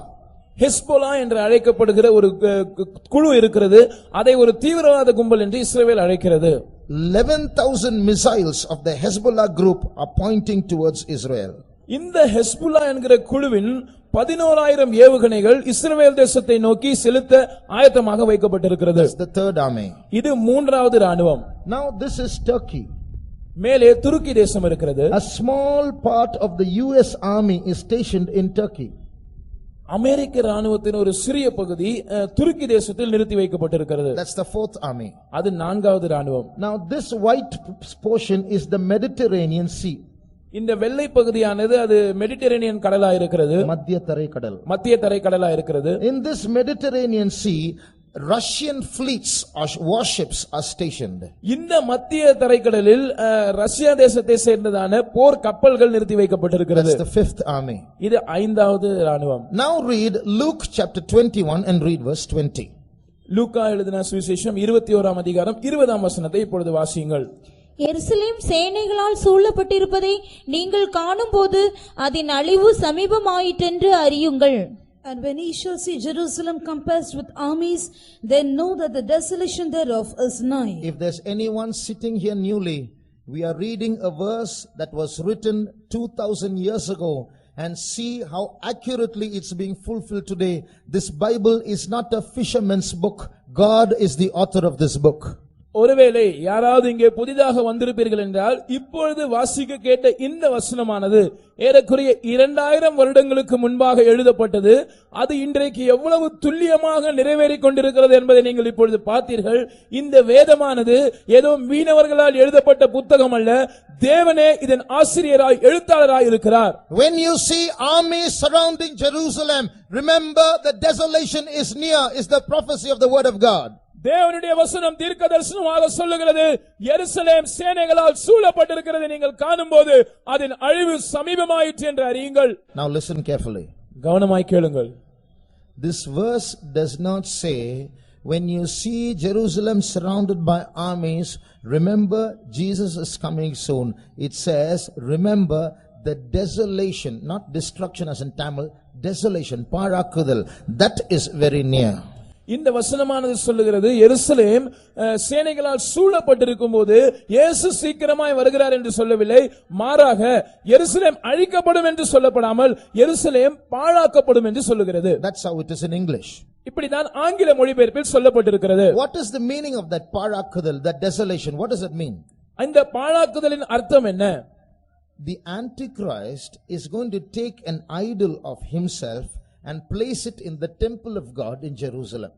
இந்த அந்தி கிறிஸ்து தன்னுடைய சிலையை எடுத்துக்கொண்டு அதை தேவனுடைய ஆலயம் இருக்கிற எருசலேமிலே கொண்டு போய் வைக்க போகிறார். It is about that idol, a statue of himself, that the Bible in Matthew chapter 24 calls it the abomination of desolation. இந்த அந்தி கிறிஸ்துவின் சிலையை பற்றி தான் மத்தேயு எழுதின சுவிசேஷம் 24ஆம் அதிகாரத்தில் வேதம் அதை பாழாக்குகிற அருவருப்பு என்று அழைக்கிறது. Note that word, பாழாக்குகிற, desolation. பாழாக்குகிற என்கிற வார்த்தை இங்கே சொல்லப்பட்டிருக்கிறதை கவனியுங்கள். Read verse 15. மத்தேயு 24ஆம் அதிகாரம் 15ஆம் வசனம். மேலும் பாழாக்குகிற அருவருப்பை குறித்து தானியேல் தீர்க்கதரிசி சொல்லி இருக்கிறானே, வாசிக்கிறவன் சிந்திக்க கடவன். நீங்கள் அதை பரிசுத்த ஸ்தலத்தில் நிற்க காணும்போது, when ye therefore shall see the abomination of desolation spoken of by Daniel the prophet stand in the holy place. This Daniel the prophet mentions this prophecy in Daniel 9:27. No need to read it now. தானியேல் 9ஆம் அதிகாரம் 26ஆம் வசனத்தில் இந்த 27ஆம் வசனத்தில் தானியேல் தீர்க்கதரிசனமாக இதை சொல்லி இருக்கிறான். இப்பொழுது வாசிக்க வேண்டாம். So this prophecy that Jesus says, when you see Jerusalem surrounded by armies, It's not the coming of Jesus that is nigh, it is the desolation that is nigh. இயேசு சொல்லி இருக்கிறபடி எருசலேம் சேனைகளால் சூழப்பட்டிருக்கிறது நீங்கள் காணும்போது கர்த்தருடைய வருகை சமீபமா இருக்கிறது என்று சொல்லப்படவில்லை, எருசலேமின் பாழாக்குதல் சமீபமா இருக்கிறது. And that பாழாக்குதல், that desolation takes place in the middle of the 7-year tribulation period, or 3.5 years after the Antichrist comes into power. இந்த பாழாக்குதல் சம்பவிக்கிற சரியான நிலவரம் என்றைக்கு என்றால் அந்தி கிறிஸ்துவின் ஆட்சியின் பாதியில் அல்லது அவனுடைய ஆட்சியின் 3.5 வருட காலத்தின் முடிவில் தான் இந்த பாழாக்குதல் சம்பவிக்கும். So this verse says, when Jerusalem is surrounded by armies, the desolation is near, and 3.5 years before that Jesus will come. இந்த வசனம் சொல்லுகிறது, எருசலேம் சேனைகளால் சூழப்பட்டிருக்கும் போது அதன் பாழாக்குதல் சமீபமா இருக்கிறது, இதற்கு 3.5 வருட காலம் முன்பாகவே இயேசு வந்து விடுவார். Then imagine how near the coming of Jesus is. இப்பொழுது யோசியுங்கள், இயேசுவின் வருகை எவ்வளவு சமீபமா இருக்கிறது. Brother, sister, there is no time to waste. சகோதரனே சகோதரியே, நாம் வீணாக்குவதற்கு இனி காலம் இல்லை. When God created man initially, he said, be fruitful and multiply. But today he's saying, pack up, wind up, it's time. ஆண்டவர் மனிதனை முதலில் சிருஷ்டித்த போது அவனை ஆசீர்வதித்து சொன்ன காரியம், நீங்கள் பலுகி பெருகி பூமியை நிரப்புங்கள் என்று சொன்னார். ஆனால் இன்றைக்கு ஆண்டவர் சொல்லுகிறார், நீங்கள் எல்லாவற்றையும் மூட்டை கட்டி கொண்டு கிளம்புங்கள், ஏனென்றால் இனி சமயம் இல்லை. Lift up your heads, for your redemption draweth nigh. உங்கள் மீட்பு சமீபமாக இருக்கிறபடினால் உங்கள் தலைகளை உயர்த்துங்கள். This is not the time to focus on earthly things. இது பூமிக்குரிய காரியங்களின் மேல் நாம் கவனம் செலுத்தக்கூடிய நேரம் அல்ல. There is just enough time for us to lift up our heads and get ready to go when Jesus comes. நாம் நம்முடைய தலைகளை உயர்த்தி இயேசு வரும்போது போவதற்கு நம்மை ஆயத்தப்படுத்திக் கொள்ள மாத்திரமே நமக்கு சமயம் இருக்கிறது.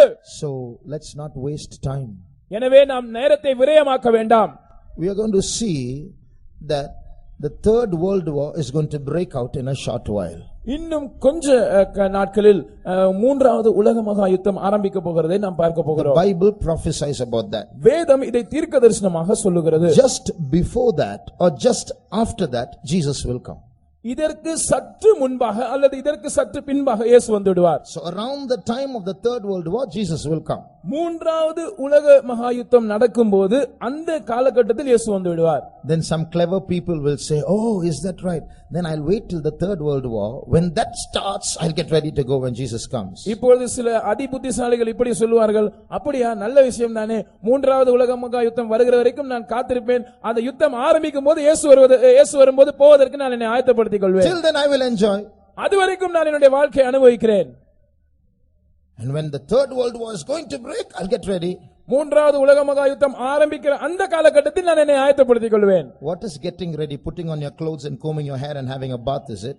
ஆயத்தப்படுத்துவது என்றால் என்ன என்று நீங்கள் நினைக்கிறீர்கள்? உங்களுடைய வஸ்திரங்களை கழற்றி வைத்துவிட்டு போய் குளித்துவிட்டு புதிய வஸ்திரங்களை மாற்றுவதுதான் ஆயத்தப்படுத்துதலா?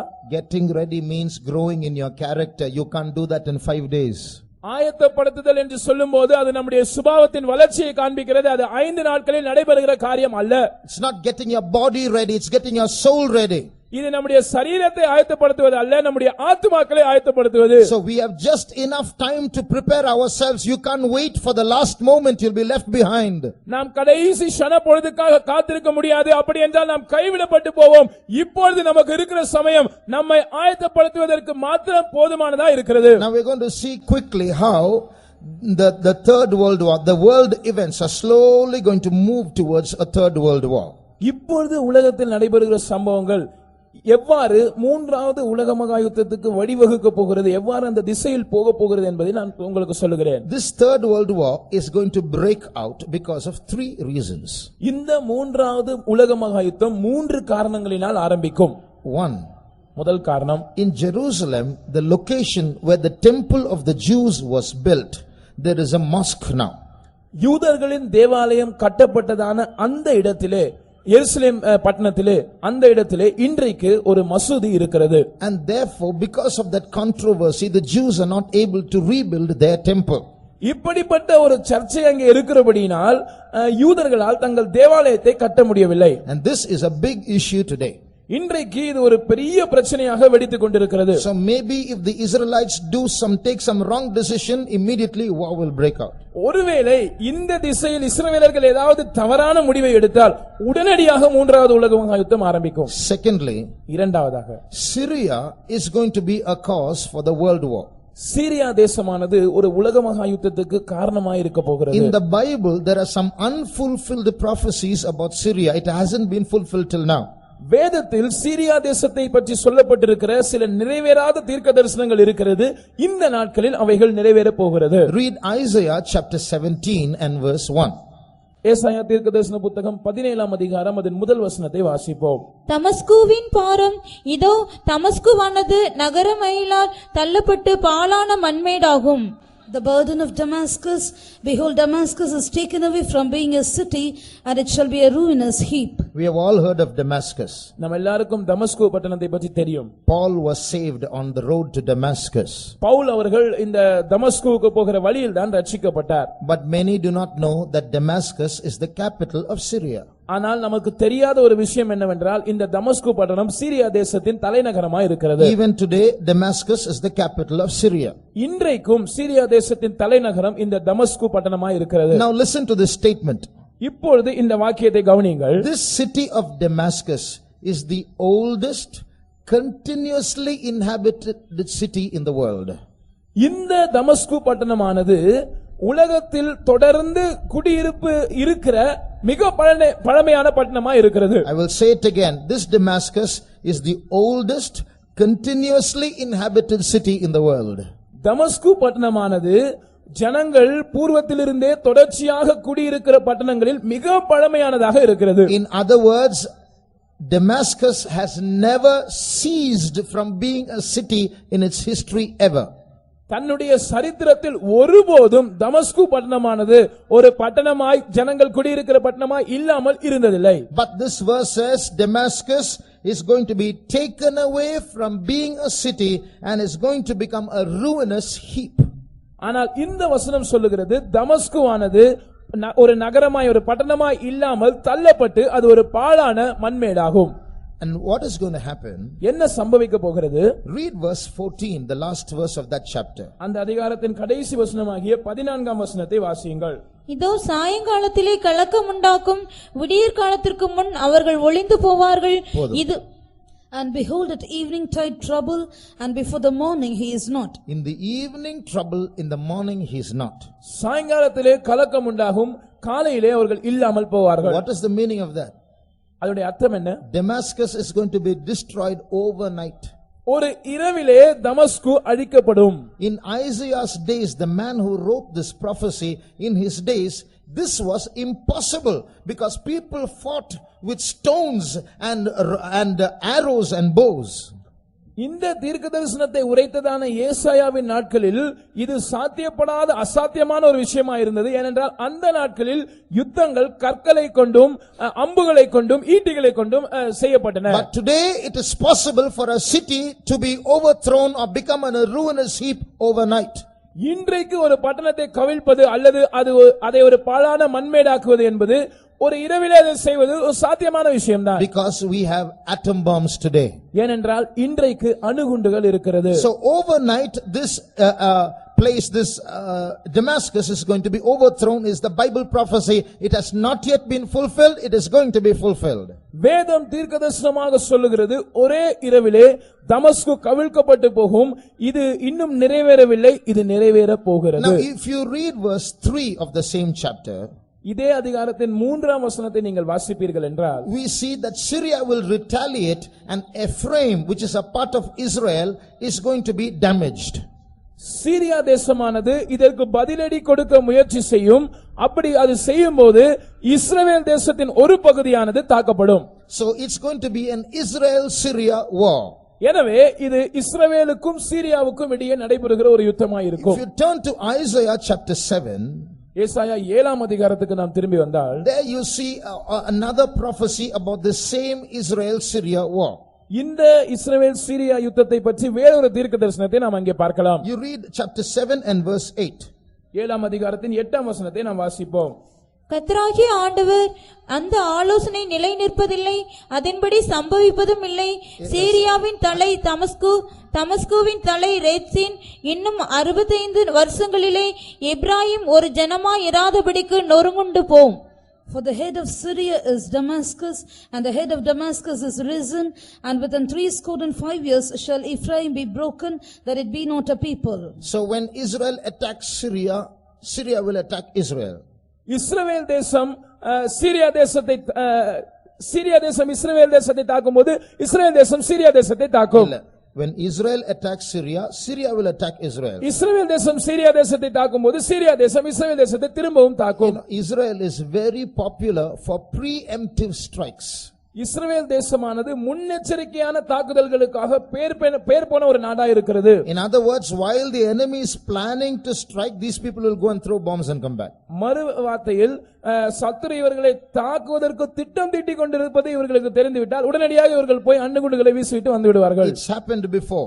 இது இதற்கு முன்பாகவும் நடந்திருக்கிற ஒரு காரியம்தான். In the year 1967, a 6-day war took place. 4 nations planned to fight against Israel.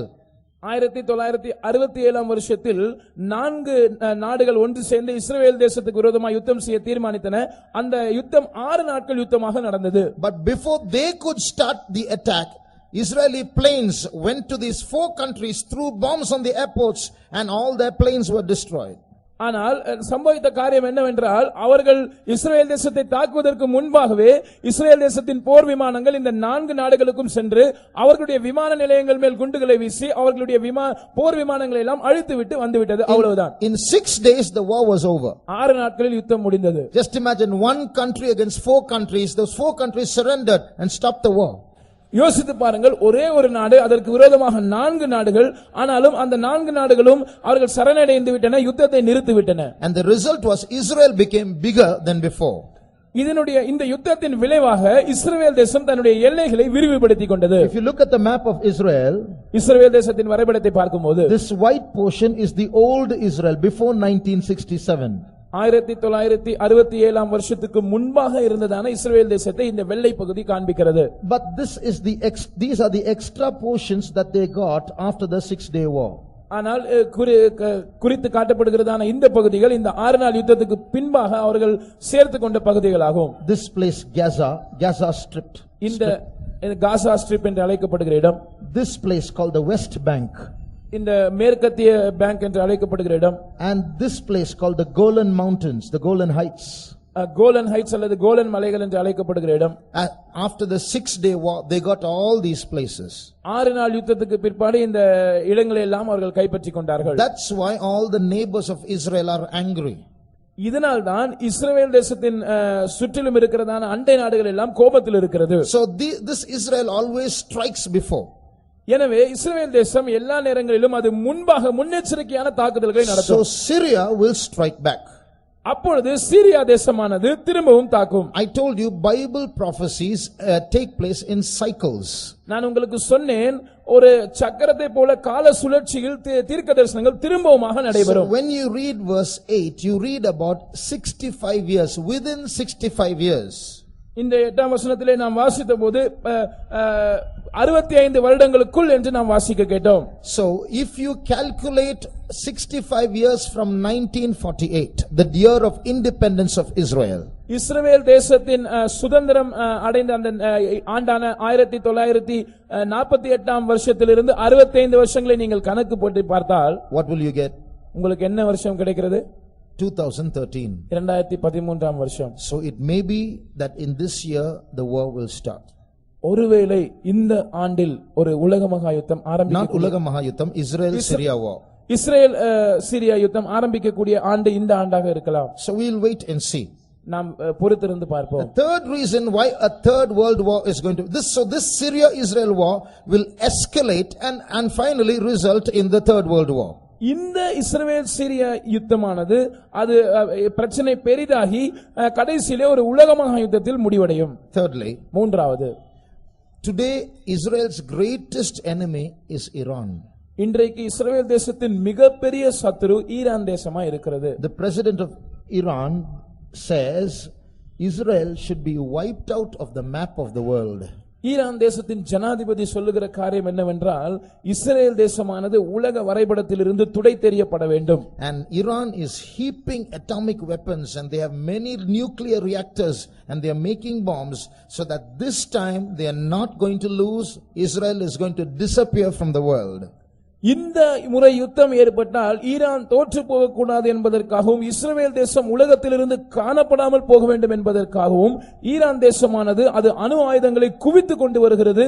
அணு ஆயுத தொழிற்சாலைகள் மூலமாக தொடர்ச்சியான அணு ஆயுதங்களை தயாரித்துக் கொண்டு வருகிறது. So Israel has made special planes with huge petrol tanks to travel from, see how far Israel is.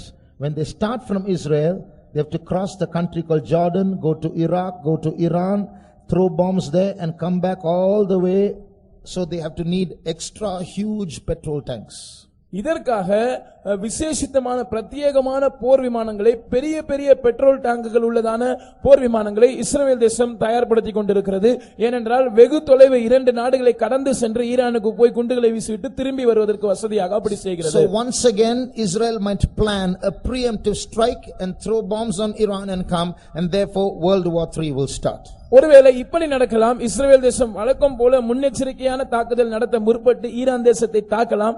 அப்படி தாக்கினால் மூன்றாவது உலக மகா யுத்தம் நடக்கும். Now who will form the two factions of World War III is written in the Bible. இந்த மூன்றாவது உலக மகா யுத்தத்தில் நேர் எதிர் அணியில் எந்தெந்த நாடுகள் இருக்கும் என்பதை வேதம் தீர்க்கதரிசனமாக சொல்லுகிறது. How the war will start, how it will stop, and it is all written there. இந்த யுத்தம் எப்படி ஆரம்பிக்கும், அதனுடைய முடிவு எப்படி இருக்கும், எல்லாம் வேதத்தில் சொல்லப்பட்டிருக்கிறது. Turn to Ezekiel chapter 38. எசேக்கியேல் 38ஆம் அதிகாரத்துக்கு திரும்பி வாருங்கள். And read verse 2. 2ஆம் வசனத்தை வாசியுங்கள். மனுபுத்திரனே, மேசேக் தூபால் ஜாதிகளின் தலைமையான அதிபதியாகிய மாகோகு தேசத்தானான கோகுக்கு எதிராக நீ உன் முகத்தை திருப்பி அவனுக்கு விரோதமாக தீர்க்கதரிசனம் உரைத்து, Son of man, set thy face against Gog, the land of Magog, the chief prince of Meshech and Tubal, and prophesy against him. See, here are some very strange names. இங்கே சில வினோதமான பெயர்களை நாம் பார்க்கிறோம். What these names are, we have to find out. இந்த பெயர்கள் என்ன என்பதை நாம் கண்டுபிடிக்க வேண்டும். Look at these 3 names: Magog, Meshech, Tubal. இந்த 3 பெயர்களை நீங்கள் பாருங்கள். Magog, Meshach, Tubal. Now turn to Genesis chapter 10 ஆதியாகமம் 10ஆம் அதிகாரத்துக்கு திருப்பி and read verse 2. 2ஆம் வசனத்தை வாசிப்போம். யாப்பேத்தின் குமாரர் கோமார், மாகோகு, மாதாய், யாவான், தூபால், மேசேக்கு, தீராஸ் என்பவர்கள். The sons of Japheth, Gomer and Magog and Madai and Javan and Tubal and Meshech and Tyrus. So you see these 3 names appear as the children of Japheth, the son of Noah. இந்த 3 பெயர்களும் நோவாவின் குமாரனான யாப்பேத்தின் குமாரர்களாக இந்த வசனத்தில் குறிக்கப்படுகிறதை நாம் பார்க்கிறோம். So as these people increased and became tribes, they started moving in a certain direction and settled down. இந்த ஜனங்கள் அவர்கள் பழுகி பெருகி கோத்திரங்களாக மாறின போது ஒரு குறிப்பிட்ட திசைக்கு நேராக பிரயாணப்பட்டு அங்கே அவர்கள் குடிபெயர்ந்தார்கள்.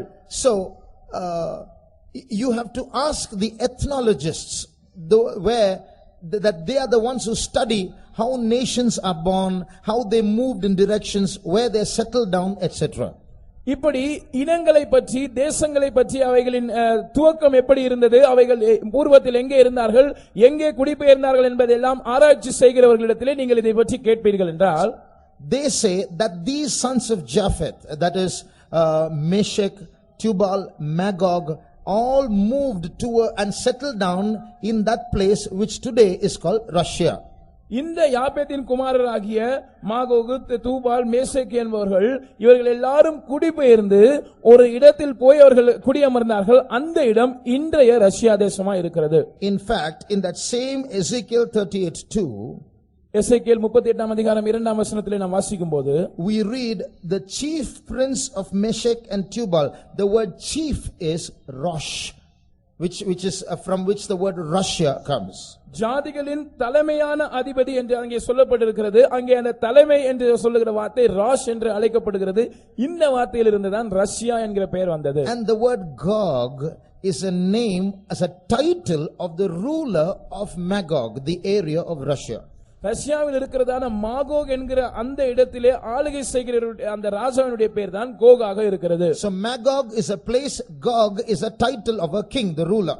மாகோக் ஒரு இடமா இருக்கிறது. அந்த தேசத்தை ஆளுகை செய்கிற ராஜாவினுடைய பெயராக அல்லது பட்டமாக கோக் இருக்கிறது. Just like Pharaoh is a title of many kings, Herod is a title of many kings, Caesar is a title of many kings, Gog is a title of many kings.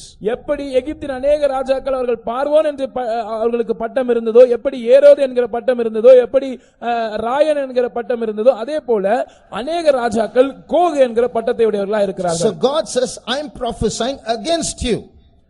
கர்த்தர் சொல்லுகிறார், நான் உனக்கு விரோதமாக தீர்க்கதரிசனம் சொல்லுகிறேன். And in verse 4 God says, I'm going to put jaws in your hooks into your jaws and I'm going to drag you towards Israel. நான்காம் வசனம் சொல்லுகிறது, நான் உன் வாயில் துரடுகளை போட்டு உன்னை இஸ்ரவேலுக்கு நேராக இழுத்து கொண்டு வர போகிறேன். And Persia and Ethiopia and Libya, they're all going to come with you. உன்னோடு கூட பெர்சியரும் எத்தியோப்பியரும் லீபியரும் வருவார்கள். So which means with Russia, many other countries of today which are called by ancient names in the Bible are going to join with Russia and go towards Israel. தங்களுடைய ஆதி நாட்களில் இருந்ததான பெயரினால் அழைக்கப்படுகிற अनेक நாடுகள் வேதத்திலே குறிப்பிடப்பட்டிருக்கிறது. அவைகள் ரஷ்யாவோடு கூட சேர்ந்து இஸ்ரவேல் தேசத்துக்கு விரோதமாக யுத்தத்தில் கலக்கும். Verse 8 says, this shall happen in the latter years. இது பின் நாட்களில் சம்பவிக்கும் என்று 8ஆம் வசனம் சொல்லுகிறது. So this is what is going to happen as a third world war. இதுதான் மூன்றாவது உலக மகா யுத்தமாக நடக்க போகிறது. Now there are different nations. I'm going to just mention one nation that is present today that is going to join Russia in this battle. இன்றைக்கு இருக்கிறதான ஒரு நாடு ரஷ்யாவோடு அது யுத்தத்தில் இஸ்ரவேலுக்கு விரோதமாக சேர்ந்து கொள்ள போகிறது. அந்த நாட்டை நான் உங்களுக்கு குறிப்பிட்டு சொல்லுகிறேன். Read verse 5. 5ஆம் வசனத்தை வாசியுங்கள். அவர்களோட கூட பெர்சியரும் எத்தியோப்பியரும் Persia. So Persia is one country that is going to join with Russia and go to the battle against Israel. இந்த பெர்சியா தேசமானது ரஷ்யாவோடு சேர்ந்து கொண்டு இஸ்ரவேலுக்கு விரோதமாய் யுத்தம் செய்ய போகிறது. Verse 8 says they are going to go towards Israel. 8ஆம் வசனம் சொல்லுகிறது, அவர்கள் இஸ்ரவேலுக்கு நேராக அவர்கள் பிரயாணப்படுவார்கள். Now listen. கவனியுங்கள். In the year 1935, 1935ஆம் வருஷத்தில், till 1935 Persia was Persia. In 1935, just like Bharat and Hindustan became India, Persia changed its name. 1935ஆம் ஆண்டு வரைக்கும் பெர்சியா தேசம் என்றுதான் அழைக்கப்பட்டது. ஆனால் எப்படி பாரத் இந்துஸ்தான் என்கிற பெயர் மாறி இந்தியா தேசம் என்று பெயரிடப்பட்டிருக்கிறதோ அதே போல பெர்சியா தேசமும் பெயர் மாற்றம் அடைந்தது. In the year 1935, the country of Persia became known as Iran.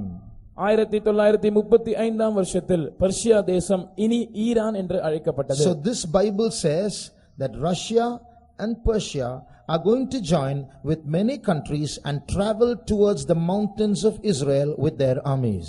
இந்த வேதம் சொல்லுகிற காரியம் என்னவென்றால், இந்த ரஷ்யா தேசமும் இந்த பெர்சியா தேசமும் இன்னும் अनेक நாடுகளை சேர்த்துக் கொண்டு இஸ்ரவேல் தேசத்தின் மலைகளுக்கு விரோதமாய் அவைகள் தங்கள் ராணுவங்களை சேர்த்துக் கொண்டு போக போகிறது. See, all this is Golan Heights. These are mountains. இந்த கோலன் ஹைட்ஸ் என்று சொல்லப்படுகிற இடம் அது மலைப்பகுதியா இருக்கிறது. The entire area, there are so many mountains. அந்த கோடிட்டு காண்பிக்கப்படுகிற பகுதி எல்லாம் முழுவதும் மலைப்பகுதியா இருக்கிறது. Russia is this portion. Russia அந்த பகுதியா இருக்கிறது. So Russia and Iran and many countries will join together, form a coalition army and march towards Israel, crossing these mountains. ரஷ்யாவும் ஈரானும் இன்னும் அதை சுற்றி இருக்கிற अनेक நாடுகளும் ஒன்று சேர்ந்து ஒரு கூட்டு ராணுவமாக இந்த மலை பிரதேசத்தை நோக்கி தங்களுடைய ராணுவத்தை அனுப்ப போகிறது. And what is going to happen? சம்பவிக்க போகிறது என்ன? As they come near Israel, அவர்கள் இஸ்ரவேல் தேசத்தை நெருங்கி வரும்போது they are saying to themselves, it's very easy, just cross the mountains of Israel. There are no fortresses, no fortifications, no walls. It's easy to take over Israel, they will say. அவைகள் சொல்ல போகிற காரியம் என்னவென்றால், இஸ்ரவேல் தேசத்தை நாம் எளிதாக கைப்பற்றி விடலாம், இந்த மலைகளை மாத்திரம் நாம் கடந்தால் போதும், இஸ்ரவேல் தேசத்துக்கு எந்தவித மதில்களும் கிடையாது, எந்த பாதுகாப்பும் கிடையாது, அரண்களும் கிடையாது, இது சுலபமான வெற்றியா இருக்கும் என்று சொல்லுவார்கள். Because there's lack of time, I'm skipping some details. நேரம் குறைவா இருக்கிறபடினால் சில விளக்கங்களை நான் தவிர்க்கிறேன். Now at this time, when one faction, one group of armies is joining together to come against Israel, who will support Israel? இப்படி ஒரு கூட்ட தேசங்கள் தங்கள் ராணுவத்தை ஒன்று சேர்த்து கூட்டு ராணுவமாக உண்டாக்கும் போது இஸ்ரவேலுக்கு ஆதரவாக யார் வருவார்? Till now, Israel is supported by America, Britain and some European English speaking countries. இதுவரைக்கும் இஸ்ரவேல் தேசத்துக்கு ஆதரவாக இருந்து வருகிற நாடுகளில் முக்கியமான நாடுகள் அமெரிக்க தேசம், இங்கிலாந்து தேசம் மற்றும் சில ஐரோப்பிய தேசங்களா இருக்கின்றன. In verse 13, you will see those countries that are supporting Israel. இப்பொழுது 13ஆம் வசனத்திலே இஸ்ரவேல் தேசத்துக்கு ஆதரவு கொடுக்கிற சில தேசங்களை நாம் அங்கே வாசிக்கிறோம். Sheba and Dedan refer to some Gulf countries that will support Israel. சேபா மற்றும் தேதான் தேசங்கள் சில வளைகுடா நாடுகளை குறிக்கின்றன. இவைகள் இஸ்ரவேலுக்கு ஆதரவாய் இருக்கும். And then we read of the merchants of Tarshish. அதற்கு பிற்பாடு தர்ஷீஷின் வர்த்தகரை குறித்து நாம் வாசிக்கிறோம். Which place is Tarshish? Tarshish என்பது எந்த இடம்? The word, the Tarshish, Bible scholars doing research say Tarshish was a place where you used to get tin. It was a source of tin. தர்ஷீஸ் என்கிறதான இந்த இடம் டின் என்கிற உலோகம் கிடைக்கக்கூடியதான இடமா இருந்தது என்று ஆராய்ச்சியாளர்கள் சொல்லுகிறார்கள். And today's Great Britain, the word Britain, which comes from the word Britannia, means a source of tin. இன்றைக்கு இருக்கிறதான பிரிட்டன் அல்லது பிரிட்டானியா என்கிற பெயரிலிருந்து இதனுடைய பெயர் வருகிறது. இந்த பிரிட்டானியா என்கிற வார்த்தைக்கு அர்த்தம் இந்த டின் கிடைக்கக்கூடிய ஒரு இடம். So Bible scholars say that Great Britain is Tarshish. வேத அறிஞர்கள் சொல்லுகிறார்கள் இந்த கிரேட் பிரிட்டன் நாடுதான் அது டார்ஷிஷா இருக்கிறது. So here in this verse in Ezekiel chapter 38 and verse 13 we read that Tarshish and the young lions thereof. இங்கே இந்த 38ஆம் அதிகாரத்தின் 13ஆம் வசனத்திலே நாம் வாசிக்கிறோம், தர்ஷீஷின் வர்த்தகரும் அதனுடைய பாலசிங்கங்களும். What is that? அதன் அர்த்தம் என்ன? Great Britain is that place where you see the English speaking countries. Great Britain என்று சொல்லப்படுகிற அந்த பகுதியில் தான் ஆங்கிலத்தை பேசுகிற நாடுகள் உண்டு. So from this Great Britain people migrated to America, Canada, Australia. Those are English speaking countries. இந்த கிரேட் பிரிட்டனிலிருந்து தான் அமெரிக்கா, கனடா மற்றும் ஆஸ்திரேலியா போன்ற நாடுகளுக்கு ஜனங்கள் குடிபெயர்ந்து சென்றார்கள். இப்பொழுது அவைகளும் ஆங்கிலம் பேசுகிற நாடுகளாய் இருக்கின்றன. They are the young lions of Tarshish. இவர்கள் தான் தர்ஷீஷின் பாலசிங்கங்களாய் இருக்கிறார்கள். So these are the factions that are supposed to support Israel. இவைகள் தான் இஸ்ரவேல் தேசத்துக்கு ஆதரவு கொடுக்க வேண்டியவைகளாய் இருக்கிறதான கூட்டங்கள். But very sad, ஆனால் துக்கமான விஷயம், when Russia and Iran and those countries are taking their armies towards Israel, ரஷ்யாவும் ஈரானும் அதனுடைய கூட்டு நாடுகளும் தங்களுடைய ராணுவத்தை இஸ்ரவேல் தேசத்தை நோக்கி செலுத்தும் போது America and Britain will not take their armies to support Israel because they know it's going to be a terrible loss if we go and lend our hand to support Israel. அமெரிக்காவும் great Britain நாடும் ஒருபோதும் தங்களுடைய ராணுவத்தை இஸ்ரவேலுக்கு உதவியாக அனுப்பாது. ஏனென்றால் அவர்களுக்கு நன்றாக தெரியும், நாம் இஸ்ரவேல் தேசத்துக்கு உதவிக்கரம் நீட்டினால் அது மிக பயங்கரமான ஒரு சேதத்தை விளைவிக்கும். So they will only offer verbal support, verbal resistance, not literal resistance. எனவே அவர்கள் எழுத்தின்படியாய் இந்த கூட்டு நாடுகளை எதிர்க்க மாட்டார்கள், வாய்மொழியில் தங்களுடைய எதிர்ப்பை தெரிவிப்பார்கள், அவ்வளவுதான். Read verse 13. 13ஆம் வசனத்தை வாசியுங்கள். சேபா தேசத்தாரும் தேதான் தேசத்தாரும் தர்ஷீஷின் வர்த்தகரும் அதனுடைய பாலசிங்கங்களான அனைவரும் உன்னை நோக்கி, நீ கொள்ளையிட அல்லவோ வருகிறாய் என்றும், நீ சூறையாடி வெள்ளியையும் பொன்னையும் ஆஸ்தியையும் எடுத்துக்கொள்ளுகிறதற்கும் ஆடுகளையும் மாடுகளையும் பிடிக்கிறதற்கும் மிகவும் கொள்ளையிடுகிறதற்கும் அல்லவோ உன்னுடைய கூட்டத்தை கூட்டினாய் என்றும் சொல்லுவார்கள். Sheba and Dedan and the merchants of Tarshish with all the young lions thereof shall say unto thee, Art thou come to take a spoil? Hast thou gathered thy company to take a prey, to carry away silver and gold, to take away cattle and goods, to take a great spoil? So their resistance is only going to be in words. Their leaders will say, no, you should not do that. We oppose it and we resist it. But they will do nothing about it. இந்த நாடுகளின் தலைவர்கள் இவர்கள் தங்கள் எதிர்ப்பை வாய்மொழியில் மாத்திரமே தெரிவிப்பார்கள். நீங்கள் அப்படி எல்லாம் செய்யக்கூடாது, நாங்கள் இதற்கு கடுமையான எதிர்ப்பு தெரிவிப்போம் என்றெல்லாம் அறிக்கை வெளியிடுவார்கள். அவ்வளவுதான், வேற எதுவும் செய்ய மாட்டார்கள். So what is happening? Poor Israel is caught alone. எனவே சம்பவிக்கிற காரியம் என்னவென்றால், பாவப்பட்ட இந்த இஸ்ரவேல் தேசம் தனியாக அகப்பட்டுக் கொண்டது. Now they are going to be destroyed. இப்பொழுது அவர்கள் அழிக்கப்பட போகிறார்கள். At this time what happens? இந்த நேரத்தில் சம்பவிக்கிறது என்ன? From Russia, from Iran, they will come down and go towards Israel. ரஷ்யாவிலிருந்தும் ஈரானிலிருந்தும் அவர்கள் ஒன்று சேர்ந்து இஸ்ரவேல் தேசத்தை நோக்கி பிரயாணப்படுவார்கள். And they will climb up those mountains. இந்த மலை பிரதேசங்களில் அவர்கள் ஏறுவார்கள். And they say, now we are going to finish Israel forever. இப்பொழுது அவர்கள் சொல்லுவார்கள், இப்பொழுது ஒரேடியாக இஸ்ரவேல் தேசத்தை நாங்கள் தொலைத்து போட போகிறோம். At that time when nobody is coming to help Israel, இந்த நேரத்தில் ஒருவருமே இஸ்ரவேலின் உதவிக்கு வராமல் இருக்கும்போது, remember in the beginning we read a key verse. நாம் ஆரம்பத்தில் ஒரு மூல வசனத்தை வாசித்தோம், அதை ஞாபகம் வைத்துக் கொள்ளுங்கள். In that day I will make Jerusalem a burdensome stone to all people, though the whole earth be assembled against it, they shall be cut in pieces. அந்த நாளில் நான் எருசலேமை எல்லா ஜனங்களுக்கும் ஒரு பாரமான கல்லாக்குவேன், அவர்கள் முழு உலகமும் அதற்கு விரோதமாய் கூட்டம் கூடினாலும் அவர்கள் துண்டாடப்படுவார்கள். Now we are not supporting Israel, நாம் இஸ்ரவேல் தேசத்தை ஆதரிக்கிறதில்லை, but we are happy because it has a spiritual application in our life. நம்முடைய சந்தோஷம் என்னவென்றால் இதற்கு ஒரு ஆவிக்குரிய கருத்து இருக்கிறது. It's because we are spiritual Jerusalem, and just like the Lord defends the literal Jerusalem, He is going to defend us.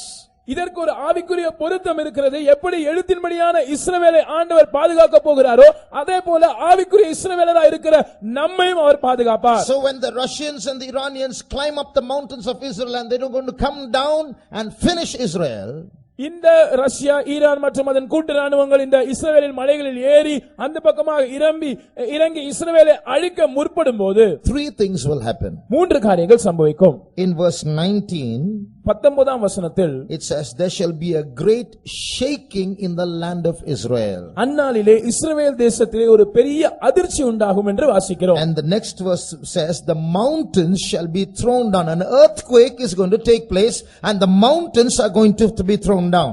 பர்வதங்கள் இடியும் என்று நாம் வாசிக்கிறோம். அதனுடைய அர்த்தம் என்னவென்றால் ஒரு பூமி அதிர்ச்சி சம்பவிக்க போகிறது, அந்த பர்வதங்கள் இடிந்து போகும். So when these armies who are hating Israel are climbing up the mountains of Israel and they are on top, only a little more and we are going to win over Israel, the mountains start shaking. இந்த கூட்டு ராணுவங்கள் இஸ்ரவேல் தேசத்துக்கு விரோதமாய் வந்து அவர்களுடைய மலைகளில் ஏறி அதன் மேல் நின்று கொண்டு இன்னும் கொஞ்ச தூரம் தான் வெற்றி பக்கத்தில் இருக்கிறது, நாங்கள் இஸ்ரவேலை கைப்பற்ற போகிறோம் என்று சொல்லும்போது ஒரு பூமி அதிர்ச்சி உண்டாகி அந்த மலைகள் இடிய ஆரம்பிக்கும். That's the first thing that will happen. முதலாவது சம்பவிக்கிற காரியம் The அதுதான். second thing that is going to happen, இரண்டாவதாக சம்பவிக்க போகிற காரியம், Ezekiel chapter 38 verse 21 says, every man's sword shall be against his brother. எசேக்கியேல் 38ஆம் அதிகாரத்தின் 21ஆம் வசனம் சொல்லுகிறது, அவனவன் பட்டயம் அவனவன் சகோதரனுக்கு விரோதமாய் இருக்கும். Remember, this army is a group of many nations coming together. What will happen? God is going to confound that army and they will start fighting with each other. There's going to be internal warfare. ஞாபகம் வைத்துக் கொள்ளுங்கள், இந்த கூட்டு ராணுவமானது அநேக தேசங்களை சேர்ந்த ராணுவங்களின் ஒரு தொகுப்பா இருக்கிறபடினாலே ஆண்டவர் இவர்களுக்குள் ஒரு குழப்பத்தை அனுப்புவார். எனவே இவர்கள் ஒருவரோடு ஒருவர் சண்டையிட ஆரம்பிப்பார்கள். That's the second thing that will happen. சம்பவிக்க போகிற இரண்டாவது காரியம் இதுதான். Thirdly, மூன்றாவது, there's going to be a rain. ஒரு மழை பெய்ய போகிறது. Not a rain of water. அது தண்ணீர் மழை அல்ல. It's a rain of hailstones, fire and brimstone in verse 22. 22ஆம் வசனத்தில் நாம் வாசிக்கிறபடி அது ஒரு பெருங்கல்மழையும் அக்கினி மழையும் கந்தக மழையுமாய் இருக்கும். So by these three supernatural events, a great destruction is going to come upon not Israel but the enemies of Israel. இயற்கைக்கு அப்பாற்பட்ட இந்த மூன்று நிகழ்வுகளினால் இஸ்ரவேலுக்கு அல்ல, இஸ்ரவேலின் சத்துருக்களுக்கு ஒரு பேரடி உண்டாகும். as a result of these three supernatural events, what is going to happen? இந்த மூன்று இயற்கைக்கு அப்பாற்பட்ட சம்பவங்களினால் சம்பவிக்க போகிறது என்ன? When we come to the next chapter, Ezekiel 39, எசேக்கியேல் 39ஆம் அதிகாரத்துக்கு நாம் வரும்போது, again the prophecy says, prophesy against Gog and Meshech and Tubal. மறுபடியுமாக தீர்க்கதரிசனம் சொல்லுகிறது, நீ கோகுக்கு விரோதமாக மேசேக் தூபால் என்பவர்களுக்கு விரோதமாக தீர்க்கதரிசனம் சொல்லு. Read verse 2. இரண்டாம் வசனத்தை வாசிப்போம். நான் உன்னை திருப்பி உன்னை 6 துறடுகளால் இழுத்து உன்னை வடபுறங்களிலிருந்து எழும்பவும் இஸ்ரவேல் மலைகளில் வரவும் பண்ணி. Read verse 3 and 4 also. உன் வில்லை உன் இடது கையிலிருந்து தட்டிவிட்டு உன் அம்புகளை உன் வலது கையிலிருந்து விழப்பண்ணுவேன். நீயும் உன் எல்லா ராணுவங்களும் உன்னோடு இருக்கிற ஜனங்களும் இஸ்ரவேல் மலைகளில் விழுவீர்கள். உராஞ்சுகிற there's no time, we'll see in Tamil alone. What is written here? இங்க என்ன சொல்லப்பட்டிருக்கிறது? God is telling the enemies of Israel, I will smite your bow out of your left hand and throw down your arrow from your right hand and make you empty-handed. நான் உன் வில்லை உன் இடது கையிலிருந்து தட்டிவிட்டு உன் அம்புகளை உன் வலது கையிலிருந்து விழப்பண்ணி உன்னை ஆயுதம் இல்லாமல் வெறுங்கையாக மாற்றி, and you and your armies are going to fall upon the mountains of Israel. நீயும் உன் எல்லா ராணுவங்களும் உன்னோடு இருக்கிற ஜனங்களும் இஸ்ரவேல் மலையிலே விழப்போகிறீர்கள். And verse 2 says, only a sixth part of you will remain. இரண்டாம் வசனம் சொல்லுகிறது, உங்களில் 1/6 ஒரு பங்கு தான் மீதியா இருப்பீர்கள். Which means 5/6 of the army of the enemies of Israel are going to be destroyed, not by war but by natural calamities. இதனுடைய அர்த்தம் என்னவென்றால், and internal war. இதனுடைய அர்த்தம் என்னவென்றால், இஸ்ரவேல் தேசத்துக்கு விரோதமாய் வருகிறதான இந்த ராணுவத்தில் 5/6 பகுதி ஜனங்கள் இந்த யுத்தத்தினால் அல்ல, அவர்களுக்குள் சம்பவிக்க போகிற உள்கலகத்தினாலும் இந்த இயற்கை பேரழிவுகளினாலும் அழிக்கப்படுவார்கள். So what is going to happen? என்ன நடக்க போகிறது? The third world war is about to start and the armies are destroyed so much, only 1/6 is left. மூன்றாவது உலக மகா யுத்தம் இனிதான் துவங்குவதாக இருக்கிறது.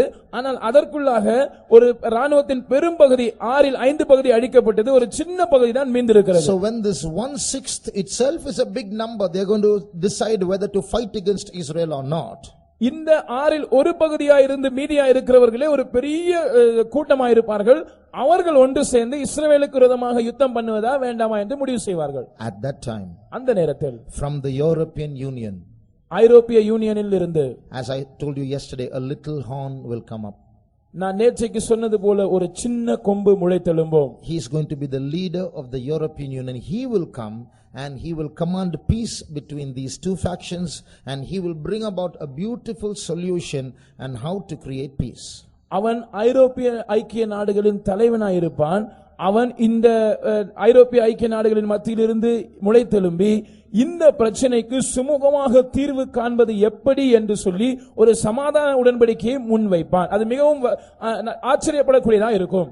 So in the Temple Mount area where there is a friction about the mosque and about Solomon's temple being rebuilt, he will give a peaceful solution.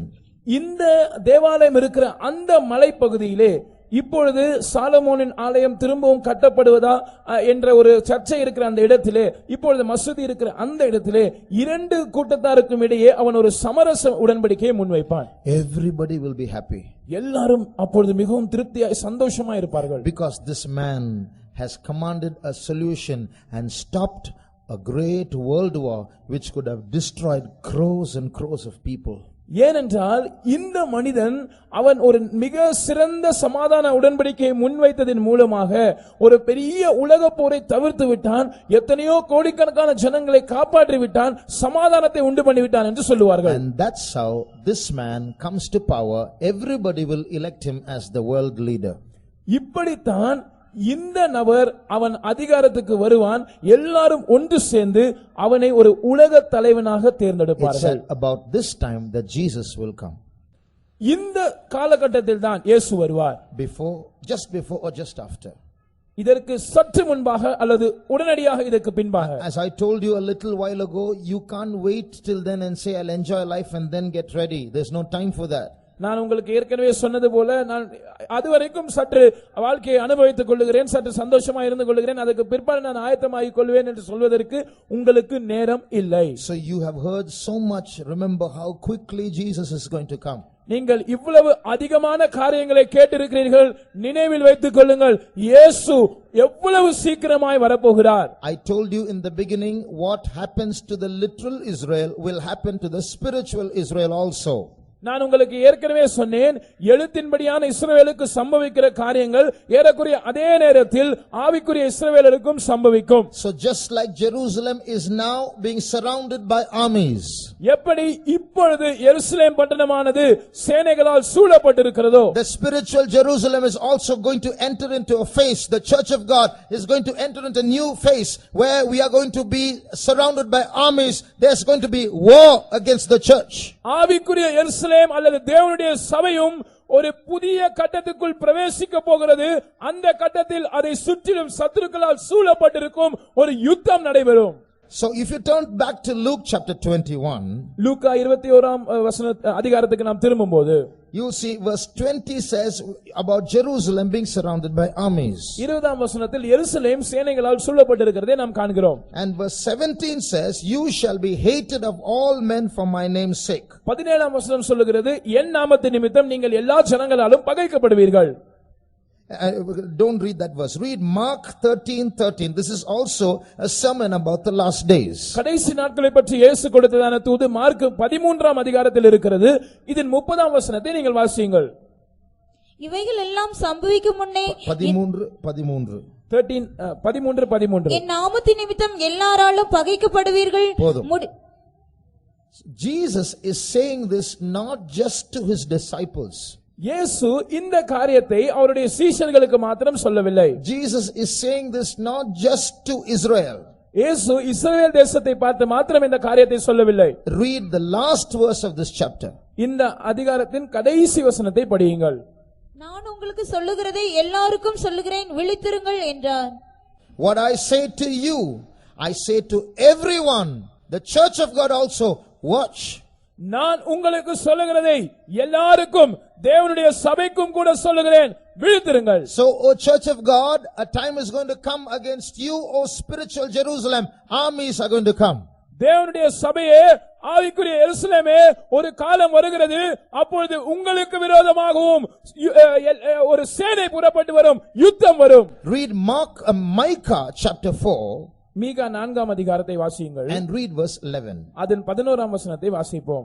சீயோன் தீட்டுப்படுவாளாக, எங்கள் கண் அவளை காண்பதாக என்று சொல்லி அநேக ஜாதியார் உனக்கு விரோதமாக கூடியிருக்கிறார்கள். So here we read that against Zion or against the spiritual children of God, the church of God, many nations are gathered together and they want to defile the church of God.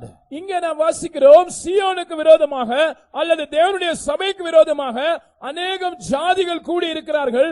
அவர்களுடைய நோக்கம் தேவனுடைய சபையை தீட்டுப்படுத்த வேண்டும். They are many nations, but they have one eye.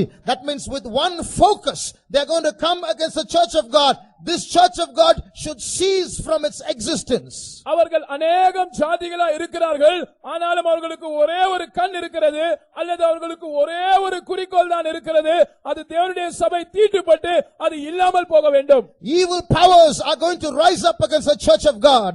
தீமையான வல்லமைகள் தேவ சபைக்கு விரோதமாக எழும்ப போகிறது. International magicians are going to cast spells against the church of God. சர்வதேசிய மந்திரவாதிகள் தேவ சபைக்கு விரோதமாக மந்திரங்களை செய்ய போகிறார்கள். Other religions are going to rise against the church of God. மற்ற மதங்கள் தேவனுடைய சபைக்கு விரோதமாக எழும்ப போகிறது. And just like this Jerusalem is caught alone, we are going to be caught alone.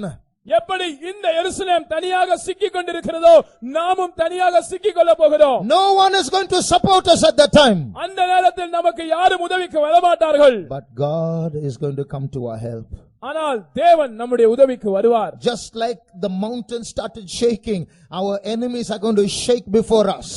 எப்படி இந்த பர்வதங்கள் அசைய ஆரம்பிக்கிறதோ, அதே போல நம்முடைய சத்துருக்கள் நமக்கு முன்பாக அசைவார்கள். That's why although the Bible says many nations are coming against you, O Zion, எனவே தான் வேத வசனம் சொல்லுகிறது, சீயோனே உனக்கு விரோதமாய் அநேகம் ஜாதிகள் வந்தாலும், what does the next verse say? அடுத்த வசனம் என்ன சொல்லுகிறது? ஆனாலும் அவர்கள் கர்த்தருடைய நினைவுகளை அறியாமலும் அவருடைய யோசனையை உணராமலும் இருக்கிறார்கள். அவர் அரிக்கட்டுகளைப் போல அவர்களை களத்திலே சேர்ப்பார். So what does this verse say? இந்த வசனம் என்ன சொல்லுகிறது? When these nations are coming, இந்த ஜாதிகள் ஒன்று சேர்ந்து வரும்போது, as those supporting them, அவர்களுக்கு ஆதரவாய் இருக்கிறது போல, God is going to say, come and destroy Israel, come and defile Zion. ஆண்டவர் சொல்வார், வாங்க வாங்க நீங்க இஸ்ரவேல் தேசத்தை அழிக்கும்படியாய் வாருங்கள், சீயோனை தீட்டுப்படுத்தும்படியாய் வாருங்கள் என்று ஆண்டவர் அவர்களுக்கு ஆதரவாய் இருக்கிறது போல இருக்கும். God is gathering them as the sheaves into the flock. ஆண்டவர் அவர்களை அரிக்கட்டுகளை களத்திலே சேர்க்கிறது போல கூட்டி சேர்ப்பாராம். Jerusalem is wondering now, why is God doing this? இப்பொழுது யூதர்கள் ஆச்சரியப்படுகிறார்கள், ஏன் தேவன் இப்படி செய்கிறார்? Why is God allowing this in his church? ஏன் தேவ சபையில் இப்படிப்பட்ட காரியங்களை அவர் அனுமதிக்கிறார்? But the verse says, nobody knows his thoughts, his plans are different. ஆனால் இந்த வசனம் சொல்லுகிறது, அவருடைய திட்டங்கள் அது வேறு மாதிரியா இருக்கிறது, அவருடைய யோசனைகளை யாரும் அறியார்கள். Some of you might know the story of Shakespeare, the merchant of Venice. உங்களில் சிலருக்கு ஒருவேளை இந்த மர்ச்சன்ட் ஆஃப் வெனிஸ் என்று சொல்லப்படுகிறதான ஷேக்ஸ்பியரின் ஒரு கதையை பற்றி நீங்கள் படித்திருப்பீர்கள். I myself don't know the whole story, but I know a brief part of it which I will tell you. எனக்கு அந்த முழு கதையும் தெரியாது, அதனுடைய ஒரு சிறு பகுதியை நான் அறிந்திருக்கிறேன், அதை உங்களுக்கு சொல்லுகிறேன். I might be wrong in some places, but I'm going to take only a particular point from it. நான் ஒருவேளை சொல்வது சில இடங்களில் தவறாக இருக்கலாம், பிழை இருக்கலாம், ஆனால் நான் அந்த குறிக்கப்பட்ட பகுதியை மாத்திரம் சொல்லுகிறேன். When one rich businessman who had many ships borrowed a lot of money from another rich man. ஒரு மிகுந்த ஐஸ்வர்யவானான ஒரு வர்த்தகர், அவருக்கு அநேக கப்பல்கள் இருந்தது. அவர் சில காரணங்களுக்காக மற்றொரு ஐஸ்வர்யவானிடத்தில் அதிகமான பணத்தை அவர் கடனாக வாங்கினார். So the man who lent the money said, how do I trust you with so much money? How will you return it back? இந்த கடனை கொடுத்தவர் சொல்லுகிறார், நான் உங்களை எப்படி நம்புவது? இவ்வளவு காசை நான் உங்களுக்கு கொடுக்கிறேனே, நீங்கள் எப்படி அதை திருப்பி கொடுப்பீர்கள்? So that man said, trust me, I'll give it to you back soon. அந்த மனிதன் சொன்னான், நீங்கள் என்னை கண்டிப்பாக நம்ப வேண்டும், நான் நிச்சயமாக அதை சீக்கிரமாக உங்களுக்கு கொடுத்து விடுகிறேன். So the rich man who lent the money says, if you don't return the money back, I am going to take a pound of flesh from you. கடன் கொடுத்ததான இந்த ஐஸ்வர்யவான் சொல்லுகிற காரியம் என்னவென்றால், நீ சரியான நேரத்தில் அந்த பணத்தை எனக்கு திருப்பி கொடுக்காவிட்டால் உன்னுடைய சதையிலிருந்து ஒரு பவுண்ட் அளவுக்கு சதையை நான் எடுத்துக்கொள்வேன். He said, okay. சரி என்று இவரும் ஒத்துக்கொண்டார். And he took the money. இவர் பணத்தை வாங்கி கொண்டார். Very sad tragedy. His ships sank into the sea during a storm. துக்ககரமான பரிதாபகரமான ஒரு காரியம் நடந்தது. ஒரு புயலின் காரணமாக அவருடைய கப்பல்கள் கடலில் மூழ்கி போய்விட்டது. He couldn't return the money. அந்த பணத்தை அவரால் திருப்பி கொடுக்க முடியவில்லை. So the two went to court. இரண்டு பேரும் இப்பொழுது நீதிமன்றத்துக்கு போயிருக்கிறார்கள். The man who lent the money said, I demand a pound of flesh. கடன் கொடுத்தவர் சொல்லுகிறார், எனக்கு நிச்சயமாக இவருடைய மாம்சத்திலிருந்து ஒரு பவுண்ட் சதை வேண்டும். The victim says, no sir, please give me time, please spare me, please forgive me. பாதிக்கப்பட்டவர் சொல்லுகிறார், ஐயா தயவு செய்து அப்படியெல்லாம் செய்ய வேண்டாம், எனக்கு கொஞ்சம் சமயம் கொடுங்கள், என்னை மன்னித்துக் கொள்ளுங்கள் என்று சொல்லுகிறார். But this man says, sir, justice demands a pound of flesh. ஆனால் இந்த கடன் கொடுத்தவர் சொல்லுகிறார், ஐயா ஒரு பவுண்ட் சதையை இவரிடத்திலிருந்து எடுப்பதுதான் நீதி. And now the victim's lawyer, he seems to be supporting the enemy and says, you are right sir, a pound of flesh you shall have. இந்த கதையில் இந்த கட்டத்தில் இந்த பாதிக்கப்பட்டவருடைய வழக்கறிஞர் சொல்லுகிறதான காரியம் ஒரு எதிராளிக்கு சாதகமாக இருக்கிறது போல் இருக்கிறது. அவர் சொல்லுகிறார், நீங்கள் சொல்லுகிறது சரிதான் ஐயா, நீதியின்படி உங்களுக்கு ஒரு பவுண்ட் அளவுக்கு சதை கொடுக்கப்படத்தான் வேண்டும். What you speak is just, so my client will give a pound of flesh to you. நீங்கள் சொல்லுகிறது மிகவும் சரியான ஒரு காரியம்தான், என்னுடைய நபர் உங்களுக்கு ஒரு பவுண்ட் சதையை கொடுப்பார். So this adversary was very happy. He came with the balance in his hand and a knife.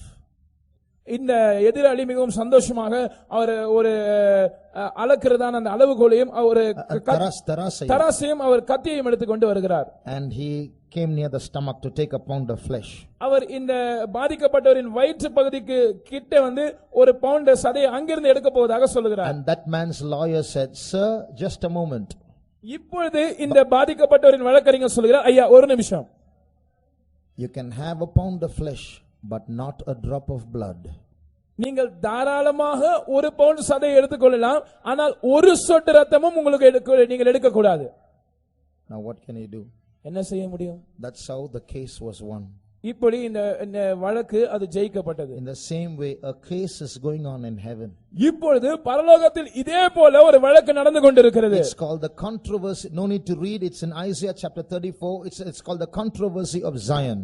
இது சியோனின் வழக்கு என்று அழைக்கப்படுகிறது. ஏசாயா 34 அதிகாரம் 4 வசனத்தில் இதை பற்றி சொல்லப்பட்டிருக்கிறது. வாசிக்க வேண்டாம். Because of that case, Satan is demanding that the church be destroyed.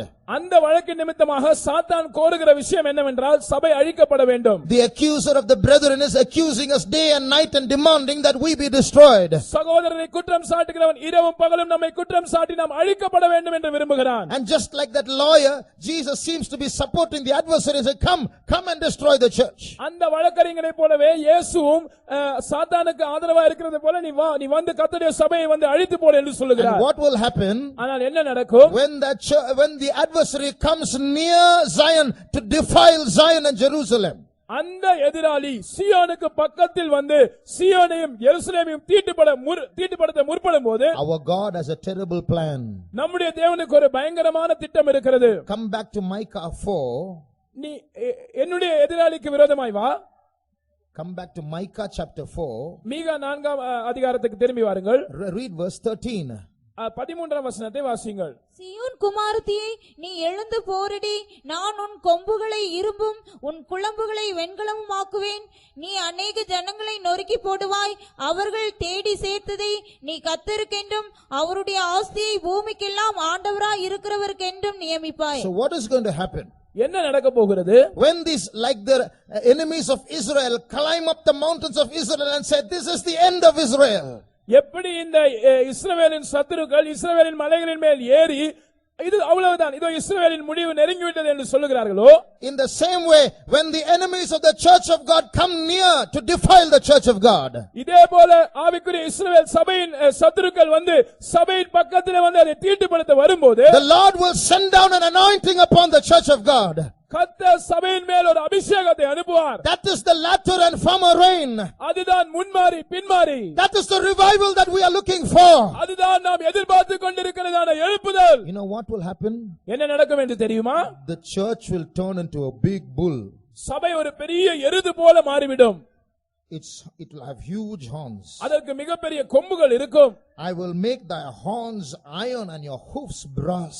நான் உன் கொம்புகளை இரும்பும் உன்னுடைய குளம்புகளை வெண்கலமும் ஆக்குவேன். And with that anointing you will tread upon your enemies. அந்த அபிஷேகத்தை கொண்டு நீ உன் சத்துருக்களை மிதித்து போடுவாய். Dear brother, dear sister, there are many enemies against your family. அருமையான சகோதரனே, அருமையான சகோதரியே, உன் குடும்பத்துக்கு விரோதமாக அநேகம் சத்துருக்கள் இருக்கிறார்கள். There are many evil powers trying to defile your church. உன்னுடைய சபையை தீட்டுப்படுத்த அநேக தீமையான சக்திகள் முயல்கிறது. But the God who defends the literal Israel will defend the church of God as well. ஆனால் எழுத்தின்படியான இஸ்ரவேலை பாதுகாக்கிற கர்த்தர் ஒருவர் உண்டு. அவர் ஆவிக்குரிய இஸ்ரவேலையும் தேவனுடைய சபையும் பாதுகாப்பார். There will be no one to support us, but the Almighty God will support us. நமக்கு சாதகமாக இருக்கக்கூடிய ஒருவரும் இருக்க மாட்டார்கள், ஆனால் நமக்கு உதவி செய்ய கர்த்தர் இருப்பார். Shall we close our eyes? நம்முடைய கண்களை மூடுவோம். Jerusalem, God is on your side. எருசலேமே, தேவன் உன் பட்சத்தில் இருக்கிறார். Jerusalem, God has chosen you. எருசலேமே, கர்த்தர் உன்னை தெரிந்து கொண்டிருக்கிறார். Jerusalem, the Antichrist wants to defile you, but God is on your side. எருசலேமே, அந்தி கிறிஸ்து உன்னை தீட்டுப்படுத்த முயல்கிறான், ஆனால் தேவன் உன் பட்சத்தில் இருக்கிறார். That God who is defending Israel is in our midst. இஸ்ரவேலை காக்கிறதான தேவன் நம்முடைய மத்தியில் இருக்கிறார். Those who say there are evil powers fighting against you, எனக்கு விரோதமாய் தீமையான சக்திகள் யுத்தம் செய்து கொண்டிருக்கிறது என்று சொல்லுகிறவர்கள், those who say there are evil powers trying to defile my life, என்னுடைய ஜீவியத்தை தீட்டுப்படுத்த தீமையான சக்திகள் முயல்கிறதை நான் உணர்கிறேன் என்று those சொல்லுகிறவர்கள், who say there are evil powers trying to destroy my faith, என்னுடைய விசுவாசத்தை அழிக்க தீமையான சக்திகள் முயல்கிறது என்று சொல்லுகிறவர்கள், if possible, stand on your knees. முடிந்தால் முழங்கால் படியிடுங்கள். Today God is going to give you a victory. இன்றைக்கு கர்த்தர் உங்களுக்கு ஒரு ஜெயத்தை கொடுக்க போகிறார். Humanly speaking, you are very weak before your enemy. மனித இயல்பின்படி பார்த்தால் உங்களுடைய சத்துருக்களுக்கு முன்பாக நீங்கள் மிகவும் பலவீனராக இருக்கிறீர்கள். The enemy is too strong for you to fight against. நீங்கள் எதிர்த்து போரிடாதபடிக்கு சத்துரு உங்களோட ஒப்பிட்டு பார்த்தால் சத்துரு மிகவும் பலவானா இருக்கிறார். But look inside you. ஆனால் உங்களுக்குள் பாருங்கள், there is a mighty God. அங்கே ஒரு சர்வ வல்லமையுள்ள தேவன் இருக்கிறார். Almighty God is within you. சர்வ வல்லமையுள்ள தேவன் உங்களுக்குள் இருக்கிறார். All those who have received the Holy Spirit, பரிசுத்தாவின் அபிஷேகத்தை பெற்ற எல்லாரும், you are prisoners of hope. The Lord is going to send you an anointing to prove that He is going to deliver you. நீங்கள் நம்பிக்கையுடைய சிறைகளாக இருப்பீர்கள்.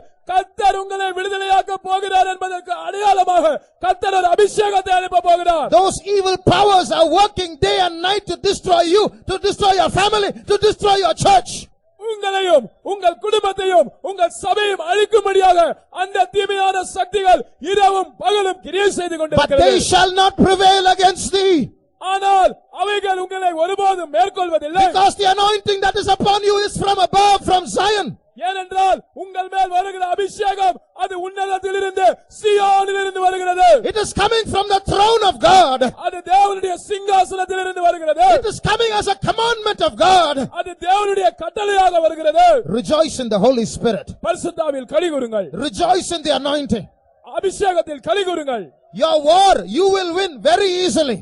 உங்களுடைய யுத்தத்தை வெகு எளிதில் நீங்கள் ஜெயிப்பீர்கள். As you clap your hands and get filled in the Holy Spirit, நீங்கள் உங்கள் கைகளை தட்டி அபிஷேகத்தில் நிரம்பும்போது there is going to be an earthquake in the camp of the enemy. சத்துருவின் பாளையத்தில் ஒரு பூமி அதிர்ச்சி உண்டாக போகிறது. Orya shamankalamani anture. Oraya shamankalamani anture. Oraba shamankalamani anture. Thank you, Jesus. Orya shamankalamani anture. Thank you, Jesus. We thank you, Jesus. Oraya shamankalamani anture. Thank you, Lord. We thank you, Jesus. That anointing that is in you, உங்களுக்குள் இருக்கிற அந்த அபிஷேகம், it is not an ordinary anointing. அது சாதாரணமானது அல்ல. It is the power of God working within you. அது உங்களுக்குள் கிரியை செய்கிற தேவனுடைய வல்லமை. It is greater than all the demons working against your family.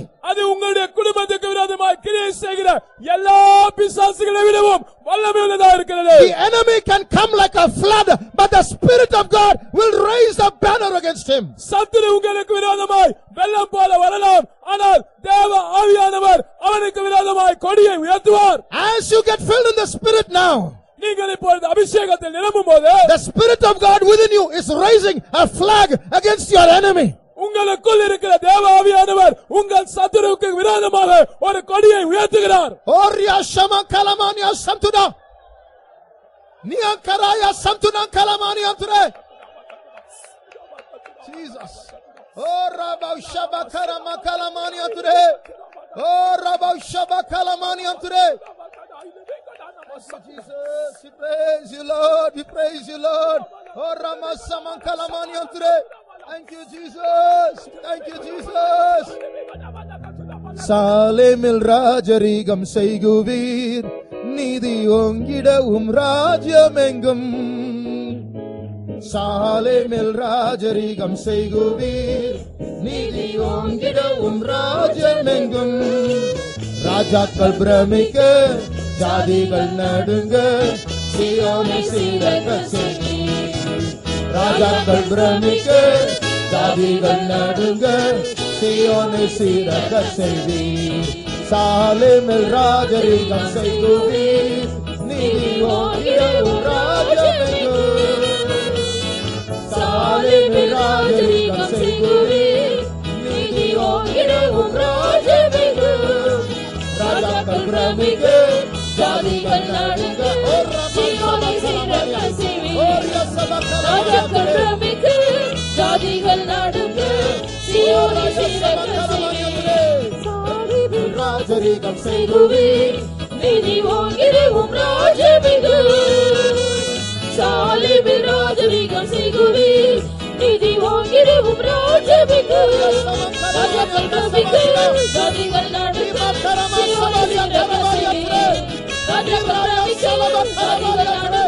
சீயோனை சீரக்க செய்வீர். ராஜாக்கள் பிரமிக்க, ஜாதிகள் நடுங்க, சீயோனை சீரக்க செய்வீர். ராஜாக்கள் பிரமிக்க, ஜாதிகள் நடுங்க, சீயோனை சீரக்க செய்வீர். ராஜாக்கள் பிரமிக்க, ஜாதிகள் நடுங்க, சீயோனை சீரக்க செய்வீர். ராஜாக்கள் பிரமிக்க, ஜாதிகள் நடுங்க, சீயோனை சீரக்க செய்வீர். Jesus. தேவ ஜனமே, நாம் அநேக குறைகள் உள்ளவர்கள் தான். பல குற்றங்கள் நமக்குள் இருக்கிறது. இரவும் பகலும் அந்த குற்றங்களை எடுத்து பரலோகத்தில் இருக்க தேவனுக்கு முன்பாக அந்த சாத்தான் நம்மேல் குற்றம் சுமத்தி கொண்டே இருக்கிறான். ஆனால் சிறு மந்தையே, நீ பயப்பட வேண்டாம். நமக்கு ஒரு வழக்கறிஞர் இருக்கிறார். அவர்தான் கர்த்தராகிய இயேசு கிறிஸ்து. அவர் நமக்காய் பரிந்து பேசி அந்த சீயோனின் வழக்கை நமக்கு சாதகமாய் திருப்புவார். அவருடைய அபிஷேகத்தை நம்மேல் ஊற்றுவார். கவனியுங்கள், இந்த சத்துருக்கள் மத்தியில் சில ராஜாக்கள் இருக்கிறார்கள், பெரிய பெரிய ஜாதிகளை ஆளுகை செய்கிற பிசாசுகள். ஆனால் உங்கள் மேல் கர்த்தர் ஊற்ற போகிற அபிஷேகம் அந்த ராஜாக்களை நடுங்க செய்ய போகிறது. ஏனென்றால் நம்முடைய ஆண்டவர் பெரியவர், அவர் பராக்கிரமம் செய்கிறவர். ஆகையால் சபையே, நம்பிக்கையில் கலிகூரோமாக. சாலேமில் ராஜரீகம் செய்குவீர், நீதி ஓங்கிடவும் ராஜ்யமெங்கும். சாலேமில் ராஜரீகம் செய்குவீர், நீதி ஓங்கிடவும் ராஜ்யமெங்கும். ராஜாக்கள் பிரமிக்க, ஜாதிகள் நடுங்க, சீயோனை சீரக்க செய்வீர். ராஜாக்கள் பிரமிக்க, ஜாதிகள் நடுங்க, சீயோனை சீரக்க செய்வீர். சாலேமில் ராஜரீகம் செய்குவீர், நீதி ஓங்கிடவும் ராஜ்யமெங்கும். சாலேமில் ராஜரீகம் செய்குவீர், நீதி ஓங்கிடவும் ராஜ்யமெங்கும். ராஜாக்கள் பிரமிக்க, ஜாதிகள் நடுங்க, சீயோனை சீரக்க செய்வீர். ராஜாக்கள் பிரமிக்க, ஜாதிகள் நடுங்க, சீயோனை சீரக்க செய்வீர். சாலேமில் ராஜரீகம் செய்குவீர், நீதி ஓங்கிடவும் ராஜ்யமெங்கும். சாலேமில் ராஜரீகம் செய்குவீர், நீதி ஓங்கிடவும் ராஜ்யமெங்கும். ராஜாக்கள் பிரமிக்க, ஜாதிகள் நடுங்க,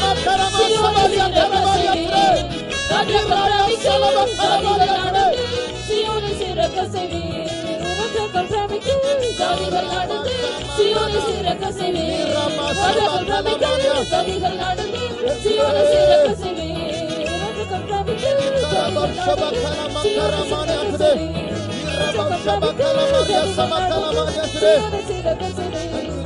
ராஜாக்கள் பிரமிக்க, ஜாதிகள் நடுங்க,